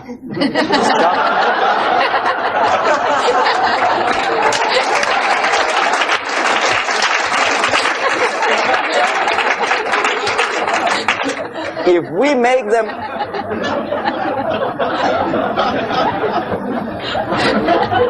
make them equal by force, if we put the principle of equality in the basis of our socio-political structure, it's the same thing as building a house on sand. Sooner or later it will collapse, and that's exactly what happens. And we, as Soviet propaganda makers, are trying to push you in the direction which you go yourself. Equality, yes, equality. People are equal. Land of equal opportunities. Is it true or not? Think about it. Equal opportunities. Should there be equal opportunities? For me and for a lazy bastard who comes here from some other country and immediately registers as a welfare recipient benefits? I never received a single dollar. No, sorry, I did receive once. But I never applied for welfare. For the 13 years, I took any job. Security guard, journalist, taxi driver, anything. Well, I was restless, but some people don't like it. They immediately. So why should we have equal opportunities? Why? The equal opportunity to excel. Equal opportunity in equal circumstances, yes, but we know people are different. To excel, yes, provided we reach the same level of excellency, perfection, which is hypothetical, distant future. Yes, maybe. But we know perfectly well that even with the best intentions, people could not be equal. Why should we have equality in the, say, legal system? Myself, I'm considering myself a law-abiding citizen, and a person who comes here to rob and shoot, say, the United States administration under Carter imported thousands of Cuban criminals. They were non-criminals, yet they were accepted. Do you think it's fair if myself and my wife from Philippines, who work like a, excuse me, horse as a lab technician in the hospital, should have the same rights as a criminal from Cuba? Why? And yet we repeat as parrots, equality, equality, equality. And the Soviet propaganda system helps us to believe that equality is something which is desirable. Democracy, as it was established by fathers of this country, of this system in the last century, is not equality. It's the system where different people, unequal people, have a chance to survive and help each other in constant competition, in constant perfection. Not inequality, which is superimposed from a godfather or a nice person in Washington, D.C.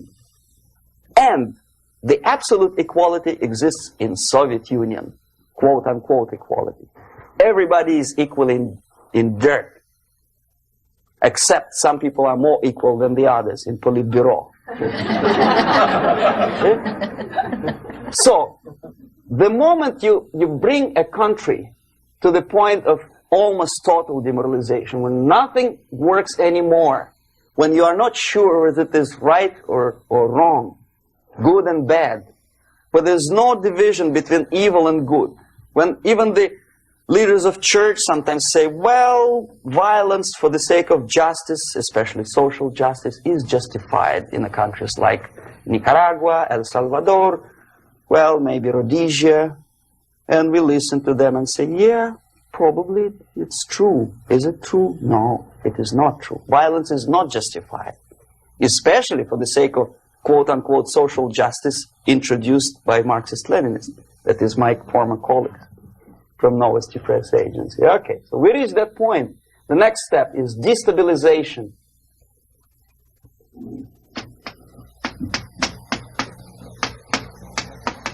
Again, this word says for itself what it is. To destabilize all the relations, all the accepted institutions and organizations in a country of your enemy. How you do it? You don't have to send a battalion of KGB agents to blow up bridges. No. You let them do it themselves. The area of application is, again, it's narrower now. Not like the previous case.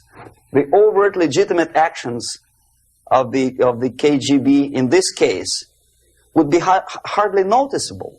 There is no crime if a professor who recently went to USSR introduces a course of Marxism-Leninism in a Californian college, for example. Nobody is going to come to his doorstep and say, okay, mister, come, you are under arrest. No, it's not a crime. It's not even considered a moral crime against your country.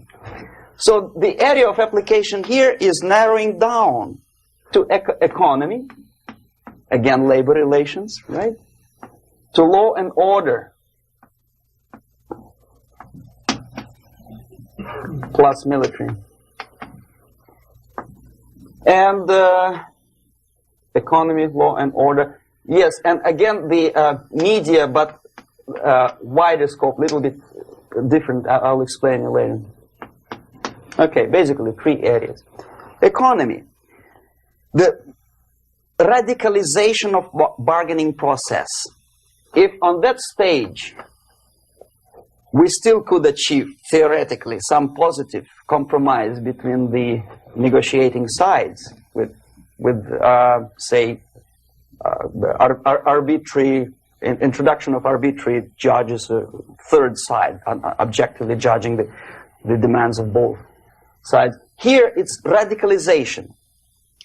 On the stage of destabilization, we cannot come to compromise even within a family. The husband and wife couldn't figure out which is better. Husband wants his kids to eat at the table, and wife wants a child to roam around the room and drop food all over the floor. They cannot come to compromise unless they start a fight. It's impossible to reach a compromise, constructive compromise, between neighbors. Some people say, I don't like you to watering your lawn at that time because exactly at that time I'm walking my dog and he's getting nervous. He cannot pass his bowels, you know. So they cannot compromise. They go to a civil court or something like that. Radicalization of human relations. No more compromise. Fight, fight, fight. The normal, traditionally accepted relations are destabilized. The relations between teachers and students in schools and colleges fight. The relations between, in economical sphere, between laborers and employers are further radicalized. No more acceptance of the legitimacy of demands of workers. Unlike Japanese, with the theory Z, if you ever heard about it, where the workers are involved in decision-making process, therefore they don't have moral incentive to fight their bosses. In the United States, it's just the opposite. The harder is the fight, the better. The more heroic they look. When the Greyhound network was on strike recently, the correspondents of local TV networks all over the United States were approaching the strikers, and they say, oh yes, we are doing something nice. They look like heroes and they were proud. There was some family, the husband was bus driver. Now they decided in a protest against the bosses to camp somewhere in the forest. And they were presented to the audience as a heroic, nice people. You see? The violent clashes between passengers, picketers, and the strikers are presented as something normal. 10, 15, 20 years ago, we would be angry, say, why so much hatred? Today we are not. We say, well, commonplace. Radicalization, militarization sometimes. As I explained on that stage, I took a step a little bit further. Shooting people. Okay, law and order now also is pushed into the area where previously people settled their differences peacefully and legitimately. Now we are getting with this court cases in the smallest irrelevant cases. We cannot solve our problems anymore. The society at large becomes more and more antagonistic between individuals, between groups of individuals, and the society at large. The media puts himself in the opposition to the society in general, at large. Separate, alienated. Okay? On that stage, you remember I was talking a couple of hours ago about the sleepers. That's when the students from, say, United States, if they are trained in Lumumba University, or developing nations, that's the students I was dealing with, are being sent back from the Soviet Union here. Or if they were already in the United States, in the country, which is the object of subversion, they spring to action. The sleepers go up. They slept for 15 to 20 years.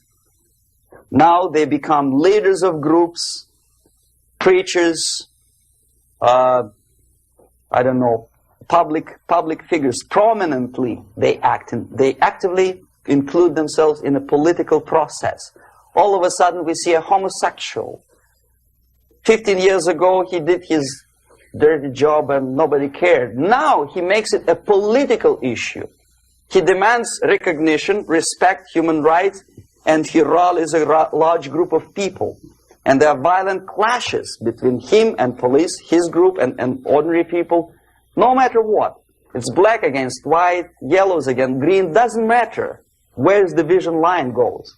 As long as this group come into antagonistic clash, sometimes militantly, sometimes with firearms, that is destabilization process. The sleepers, many of whom are simply KGB agents, become leaders of the process of destabilization. Doesn't mean that Comrade Andropov sends Comrade Ivanov to the United States. The person who takes care is already here. He is a respected citizen of the United States. Sometimes he gets money from various foundations for his legitimate struggle for, I don't know, human rights, women's rights, kid lib, prison lib, whatever. There are sympathetic Americans who donate their money to him. This stabilization process usually leads directly to the process of crisis. In case of developing nations, that's the area where I was active. The process starts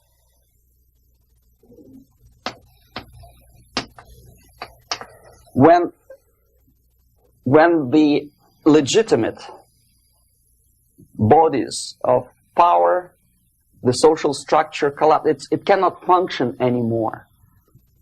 So instead, we have artificial body injected into society, such as non-elected committees. You remember I was talking about them here.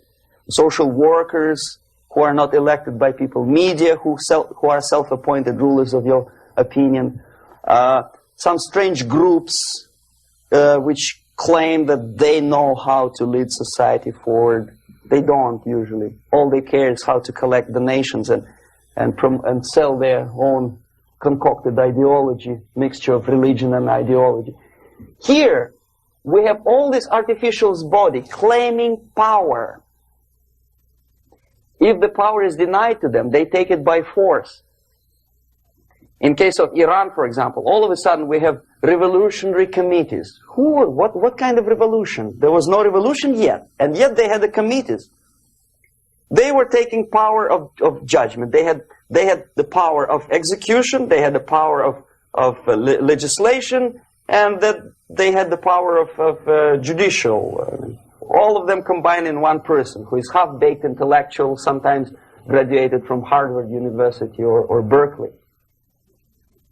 He comes back to his country and he thinks that he knows the answer to all the social, economical problems. Okay? Crisis is when society cannot function any more productively. It collapses, obviously. That's the word for crisis. So therefore, the population at large is looking for a savior. The religious groups are expecting a messiah to come. The workers say, we have family to feed. Let's have a strong government, maybe socialist government, centralized. When somebody put the employers on their place and let us work. We are sick and tired of going to strike and missing overtime and all that stuff. We need some strong man, strong government, a leader, a savior is needed. Population is sick and tired already. And here we are. We have a savior. Either a foreign nation comes in, or the local group of leftists, Marxists, no matter what they call themselves, Sandinista, a reverend or some sort, Bishop Muzurela, like in Zimbabwe, doesn't matter. A savior comes and says, I will lead you. So we have two alternatives here. Civil war, an invasion. Okay? See how it goes? Civil war, we know what it is. Lebanon is the best example. The civil war, which was artificially implanted in Lebanon by injection of force of PLO, Palestinian Liberation Organization. Invasion we had in many other countries like Afghanistan, name any East European country, it was invaded by the Soviet army. But the result is the same. The next stage is normalization. Normalization is a very ironic word, of course. It is borrowed from 1968 situation in Czechoslovakia, when the Soviet propaganda and after them New York Times declared the country is normalized. The tanks moved into Prague, so there is no more Prague Spring, there is no more violence. Normalization. At that stage, the self-appointed rulers of the society don't need any revolution anymore. They don't need any radicalism anymore. So this is the reverse from destabilization. Basically, it is stabilizing the country by force. So all the sleepers and activists and social workers and liberals and homosexuals and professors and Marxists and Leninists are being eliminated physically sometimes. They've done their job already. Okay? They are not needed anymore. The new rulers need stability to exploit the nation, to exploit the country, to take advantages of the victory. Okay? So no more revolutionaries, please. And that's exactly what happens in a number of countries. You remember Bangladesh? This is the crisis in which I was instrumental. First they had Mujibur Rahman. In 1971, he was the leader of People's Party, Awami League, with mustache like Stalin. He was in Russia many times. In 5 years, he was shot by his former colleagues, Marxists. He fulfilled his function. In Afghanistan, it happened 3 times. First there was Taraki, then there was Amin, now there's Babrak Karmal. They killed each other successively, one after another. The moment he fulfills his duty, the first one demoralized country, the second destabilized, the third one brought it to crisis. Goodbye, comrades. Babrak Karmal comes from Moscow and put into the seat of power. Same thing happened in Grenada recently. Maurice Bishop, Marxist, was killed by Austin, what's his name, General something, who was also a Marxist. Right? So no more revolutions, please. Normalization now. From now on, no more strikes, no more homosexuals, no more women lib, no more kid lib, no more lib, period. Good, solid, democratic, proletarian freedom. That's it. Now, to reverse this process takes enormous effort. When today, United States had to invade Grenada to reverse the process of subversion. Some people say, boy, this is not good, it's not kosher to invade the beautiful country, island of Grenada. Well, why didn't you stop the process here, when Grenada was just approached by leftists? Why not to prevent Maurice Bishop to come in power in the first place? Did Grenadians want him? Very questionable. They didn't know who was Maurice Bishop in the first place. He came to power by coup d'etat himself. Okay? No, we let the situation develop further and further and further until the crisis and normalization very soon. And then the United States decided to invade country, discovering that the country was absolutely a military base for the Soviet Union. Of course it's a drastic measure. Of course it's a pity that Marine Corps had to lose, what, 17 lives. Very bad. Why not to stop the process before it comes to crisis? Oh no, intellectuals will not let you. It's interference into domestic affairs. They're very careful not to let American administration to interfere in domestic affairs of Latin American countries. They don't mind Soviet Union interfere in these affairs. Okay. So to reverse this process, from here, it takes only and always military force. No other force on earth can reverse this process at this point. At this point, it does not take military invasion of the United States Army. It takes strong action, like in Chile. A CIA covert involvement to prevent the savior from outside to come into power and to stabilize country before it erupts into civil war. Okay? Support the right-wing conservative forces. By money, by crooks or love, doesn't matter. Stabilize the country. Don't let the crisis develop into civil war or invasion. Oh no, your liberals will say it's against the law. The Congress will not appropriate money for covert actions of CIA. Why not? Should we wait till the normalization come and Soviet tanks land in Los Angeles airport? Now, at that point, at the point of destabilization, also the process could be reversed. Again, easily than this. No CIA involvement at this point. You know what it takes here? Restriction of some liberties for small groups which are self-declared enemies of the society. As simple as that.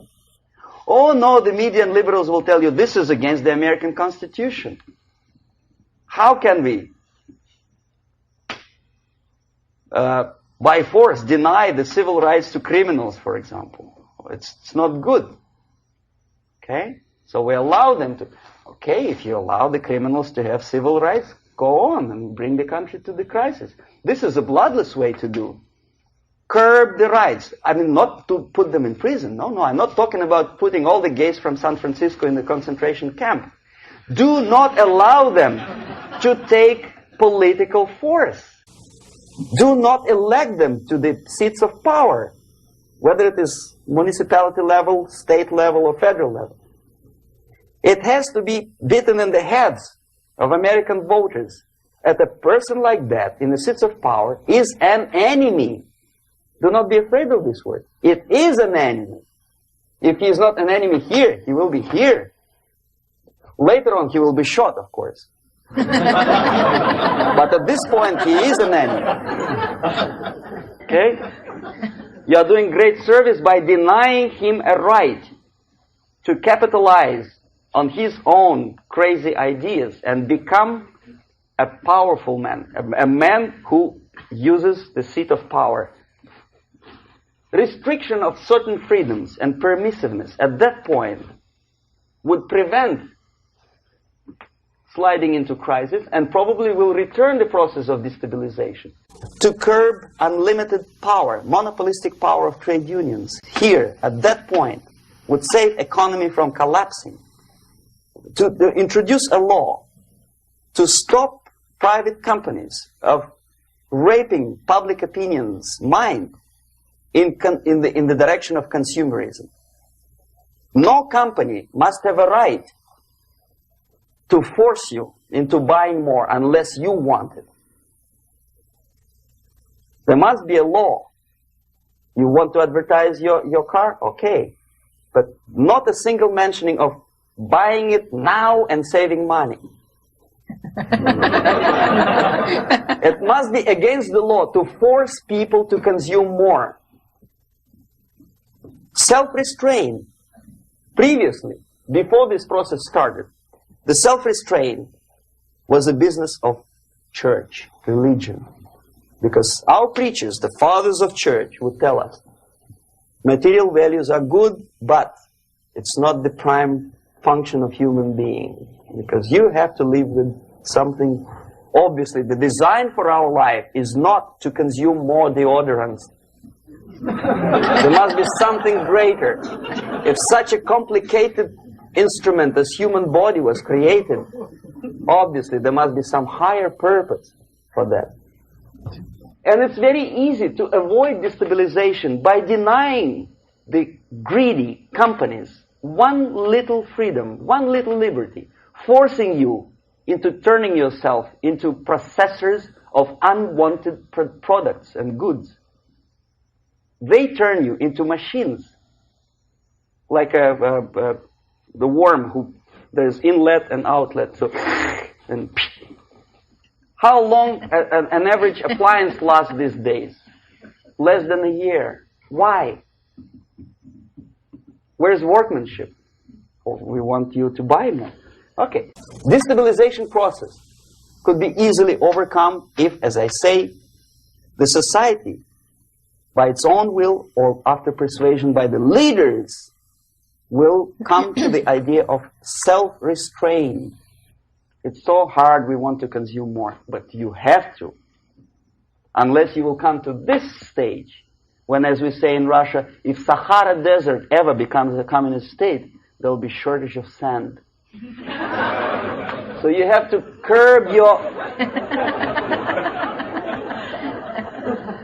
You have to curb your expectations at this point before it's too late. But no, we don't want to do it. Demoralization process. Again, it's the easiest thing to reverse. First of all, by restricting import of propaganda. The easiest thing to do. Unlimited, unrestrained import of Soviet literature, Soviet journalists. Giving Soviet propaganda and ideological agitators equal time on American TV network. It has to be stopped. And it's easier. They won't be offended, mind you. As a matter of fact, they will respect America more. But when my former colleague Vladimir Posner appears on Nightline and Ted Koppel asks him, well, Vladimir, what do you think about this? And what can he think? He's an instrument of propaganda. He thinks what Comrade Andropov tells him to think. He's just a nice, articulate mouthpiece of the Soviet subversion system. And Ted Koppel makes you believe that my friend Vladimir Posner thinks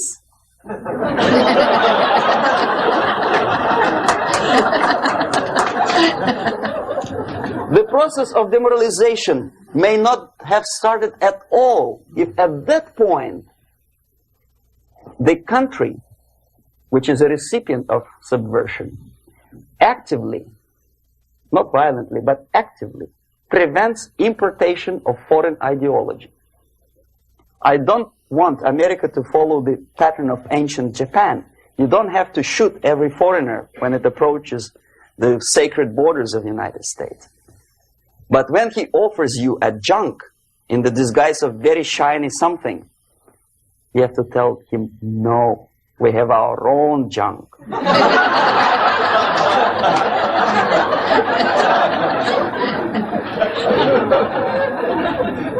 If at that point the society is strong, brave, and conscientious enough to stop importation of ideas which are foreign,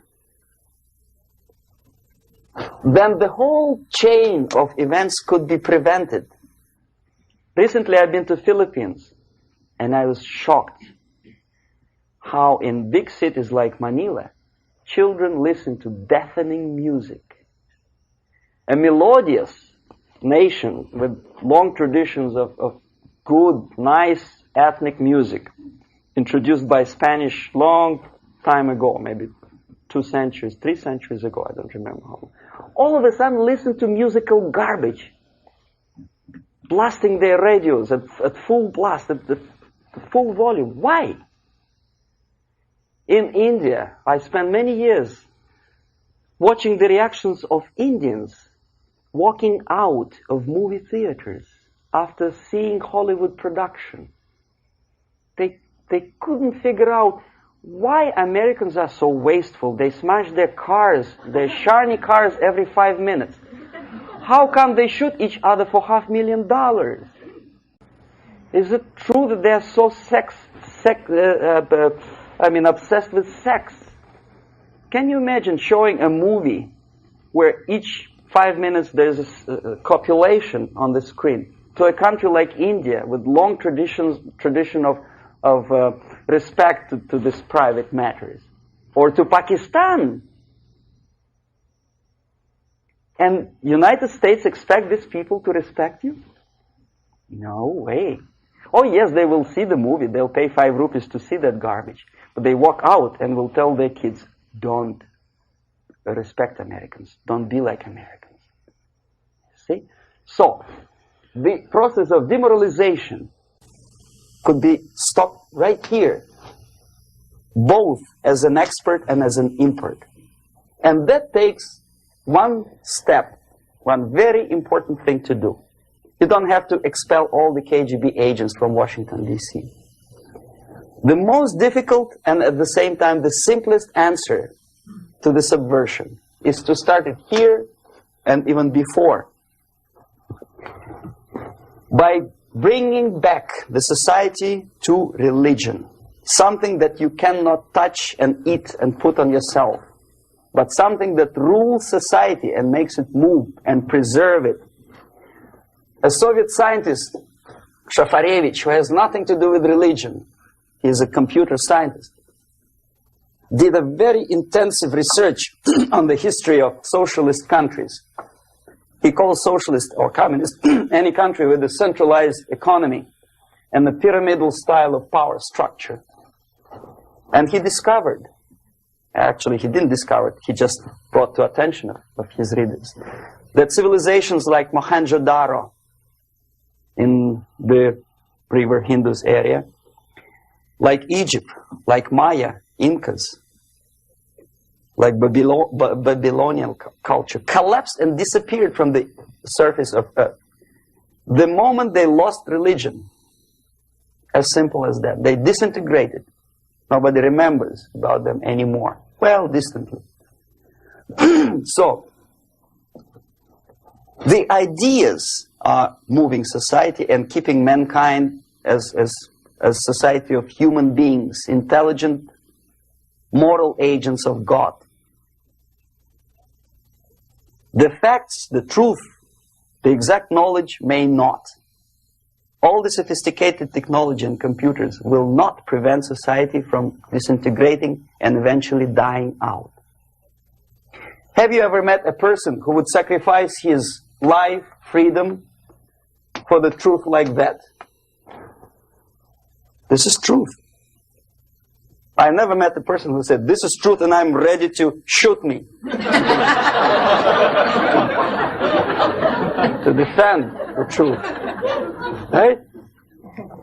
But millions sacrifice their life, freedom, comfort, everything for things like God. Like Jesus Christ. It's an honor. Some martyrs in the Soviet concentration camp died. And they died in peace. Unlike those who shouted, "Long live Stalin," knowing perfectly well that he may not live long. Something which is not material moves society and helps it to survive. And the other way around. The moment we turn into 2 by 2 is 4 and make it a guiding principle of our life, our existence, we die. Even though this is true, and this we cannot prove. We only can feel and have faith in it. So the answer to ideological subversion, strangely enough, is very simple. You don't have to shoot people, you don't have to aim missiles and Pershings and cruise missiles at Andropov's headquarters. You simply have to have faith and prevent subversion. In other words, not to be a victim of subversion. Don't try to be a person who in judo is trying to smash your enemy and being caught by your hand. Don't strike like that. Strike with the power of spirit and moral superiority. If you don't have that power, it's high time to develop it. And that's the only answer. That's it. Thank you.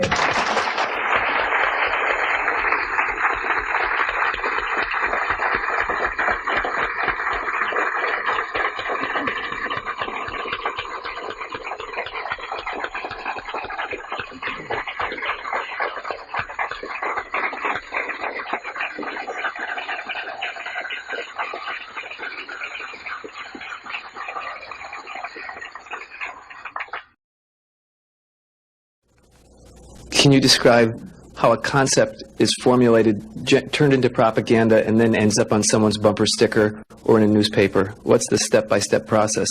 The other thing is, how close is the Politburo to the actual propaganda creating process? And finally, the 007 incident was notable in the fact that it took a long time before the Soviets responded to it, and then the military took the lead in terms of explaining what had happened rather than the political organs. And I wanted to know why that actually happened. Okay. Now, the propaganda concepts are not being developed. They had been developed long time ago. There's nothing basically new in the concept of overall propaganda methods and goals. The ultimate goal, however ridiculous it may sound, or primitive or simplistic, is the world domination. Many experts in foreign policy would ridicule my opinion, but this is what it is. I saw it with my own eyes. I was a part of that. So, and my father was, I think I mentioned that before, he was an inspector of land forces. He traveled all over the world where the Soviet troops were stationed. So he knows perfectly well that the troops are not stationed there to collect harvests for Cubans or to help Afghanis to develop the hordes of cattle or goats. They are there for one purpose: world domination. The concepts, the immediate issues or problems are created, of course, for propaganda purposes, and they end up as a bumper stickers probably not long, it takes really short period of time. Unlike some other things in the Soviet system, propaganda is one of the things that they don't save money on. And there is a huge apparatus of propaganda experts in USSR. Novosti Press Agency is just one of them, one of the organizations. But apart from that, there is a Department of Agitation and Propaganda within the Central Committee. There are faceless people, names of whom you will never learn. They're kind of classified. I didn't explain you the methods today because it will take us another day. The methods include such thing as semantic manipulation. The words and expressions are being coined at the rate of 5 expressions a minute by extremely clever, educated experts. And the media outside of USSR obediently repeats this cliché. I give you just several examples, not to take your time, not to bore you to death. Okay, I mentioned one thing, United Nations. The expression was invented by the Soviet propaganda experts, not by Americans. We know perfectly well it's not united and it has nothing to do with nations. More than half of the delegations in UN do not represent any nation at all. They are disunited, obviously. The United Nations had not been able to solve a single military conflict. Nowhere in the world. They provoked war, yes, they took part in wars, but they didn't prevent expansion of communism, or they did not prevent a single war anywhere. So the true expression, the true term for United Nations could be disunited bureaucracies. Okay, another cliché which was coined in Moscow by experts of propaganda. National Liberation Movement. It's not national because most of the leaders do not necessarily belong to the ethnic group which they lead, number one. Number two, they are unpatriotic and unnationalistic because they obey orders from a foreign country, USSR. Okay? They are trained in USSR, they are paid by the Soviet system, and they work in the interests of the Soviet system. Liberation. Whom they are liberating. Who is being liberated? And movement. Movement, we understand, is something which moves, unlike something which is static. National liberation does not move. It's a war. If you call war a movement, probably. But it has nothing to do with the concept of movement in American terminology. It means a legitimate, overt, organized, voluntary movement. Right? I presume your church or your organization is voluntary. Nobody keeps you here by force. Okay, National Liberation Movement is an army of bandits, professional bandits, which are kept within the framework of the movement by force. If they betray, it's like in mafia, they are going to be executed. Okay, another example of semantic manipulation is free medical aid, for example. You think it's an American democratic expression? No way. The term was coined by the communists long time ago, at the time of Comintern. There's nothing free in this world. Everybody knows it. Least of all medical aid. It's a very expensive thing to render medical assistance to other people. Somebody, sometime, somewhere has to pay for it. Who? Taxpayer. Obviously. There are many other things that are being coined by the Soviet propaganda apparatus. Unfortunately, see, if I call myself a genius writer, for example, Los Angeles Times would not call me that, right? They will call me a strange, crazy Russian who calls himself a genius. Then why the hell they call liberation movements what they call themselves? Just because they are many? The logic is twisted. The stickers on the bumpers, I don't know. It depends on the ability of local forces to toe the foreign policy. How close is Politburo to implementation of propaganda actions? Very distant. See, Politburo is a group of self-imposed dictators. They don't really decide anything. The only objective of their existence and their life and their struggle is to stay in power. Unlike American politician who has two objectives: first, to be elected, and second, to be re-elected. The Soviet politician doesn't have the first objective. He does not have to be elected. He just makes his way in the party structure all the way up. Re-election doesn't bother him at all. So the only purpose of his life is to stay where he is and don't rock the boat. They don't make decisions. The decision-making level are the faceless group of experts, as I tried to explain to you. And the Politburo gives only the basic directions, what to be done, and the obedient servants of the highest caliber intellectuals are dutifully developing these things. Some independently thinking progressive academics in the United States think that come socialism they will be able to preserve their integrity and independence. It's wishful thinking. They will become obedient servants of the system that they are trying to force upon you. The Korean airliner incident, from my viewpoint, is not an incident at all. I believe it's a carefully planned and premeditated provocation. I'm not sure whether they did it. They killed 268 people just to get rid of Larry McDonald, but it's feasible. I wouldn't be surprised if they killed more than 60 millions of their own men just to implement rotten ideas of Marx and Engels. You know, what would 268 people matter? Second, it is not a military blunder, and the order was not given by military. Never a single military officer of the highest caliber will take responsibility to shoot a civilian airliner. My father was an officer of general staff of the Soviet Army. I know perfectly well what I'm talking about. No officer would take responsibility. He'll be shot tomorrow. Are you kidding? The order was given by a civilian, by party apparatchik of the highest caliber, and I wouldn't be surprised it was Andropov. In any case, Andropov knew perfectly well what went on. The Soviet power structure resembles a triangle. Unlike a love triangle in real life drama, it's a hate triangle. The seats of power are party, Communist Party, elite, of course, not the rank and file party, but the top of the pyramid. The KGB and the military, they hate each other, and each of them hate the other two.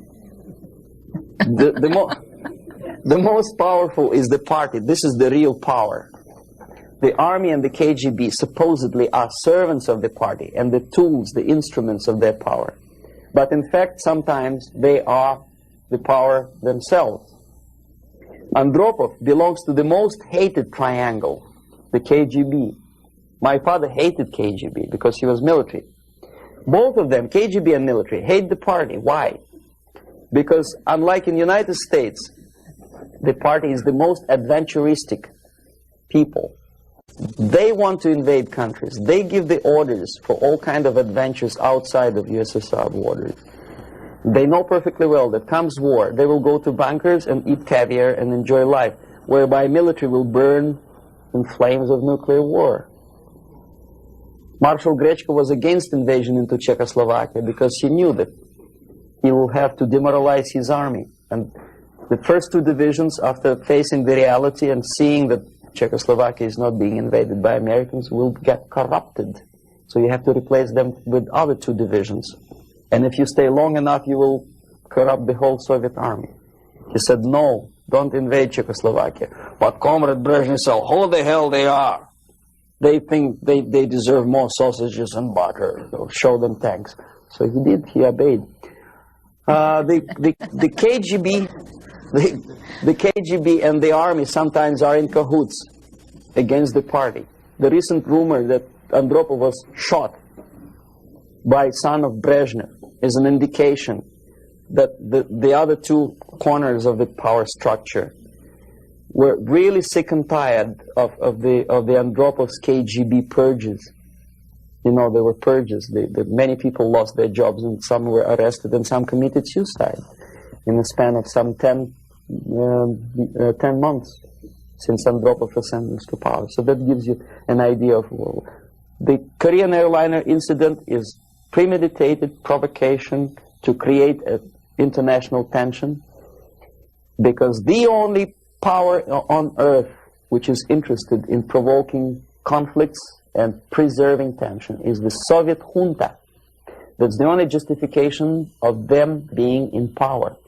If there is no enemy outside, they have to create him. If there is no war, they have to provoke it, to scare the hell out of taxpayers inside, and to keep themselves in power. There are so many theories. One of them is expressed by, I wouldn't say a friend of mine, but I know him. There's another defector, Nikolai Khokhlov, who defected long time before I even joined KGB. He was also a KGB in Western Europe. Now he teaches psychology in one of California universities. He thinks that the Soviet Union developed an ESP, would you believe it, system of influencing the perception and minds of people. And the generators of ESP willpower can be focused on individuals and groups of individuals so efficiently that you can literally focus that beam or whatever it is on a pilot or two pilots or three pilots and convince them that actually they are flying on the safe territory, so there is no need, you can convince them that there is no need to contact the ground-based station, and you can artificially draw the plane by brainwave into the Soviet airspace. Whether it is true or not, I don't know. But I know one thing, that when I was a student and I graduated from Oriental Studies Institute, one of my friends, he was an extremely intelligent Jewish boy.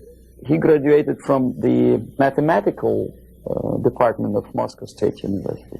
After 3 years, I returned from India for vacation, and I met him in the during the reception at the Academy of Science, and I said, "What are you doing here?" He said, "I'm working in a secret research bureau." You know, the secret, which means basically defense industry, they don't have addresses, they have post box numbers. And I say, is it that much secret that you cannot tell me what you research? He said, "You wouldn't believe me, brain waves." And I never saw him again. ESP, which officially in the Soviet media is described as a pseudoscience and decadent capitalist gimmick to sidetrack the minds of proletariat from the real issues of class struggle. But obviously KGB takes seriously that pseudoscience.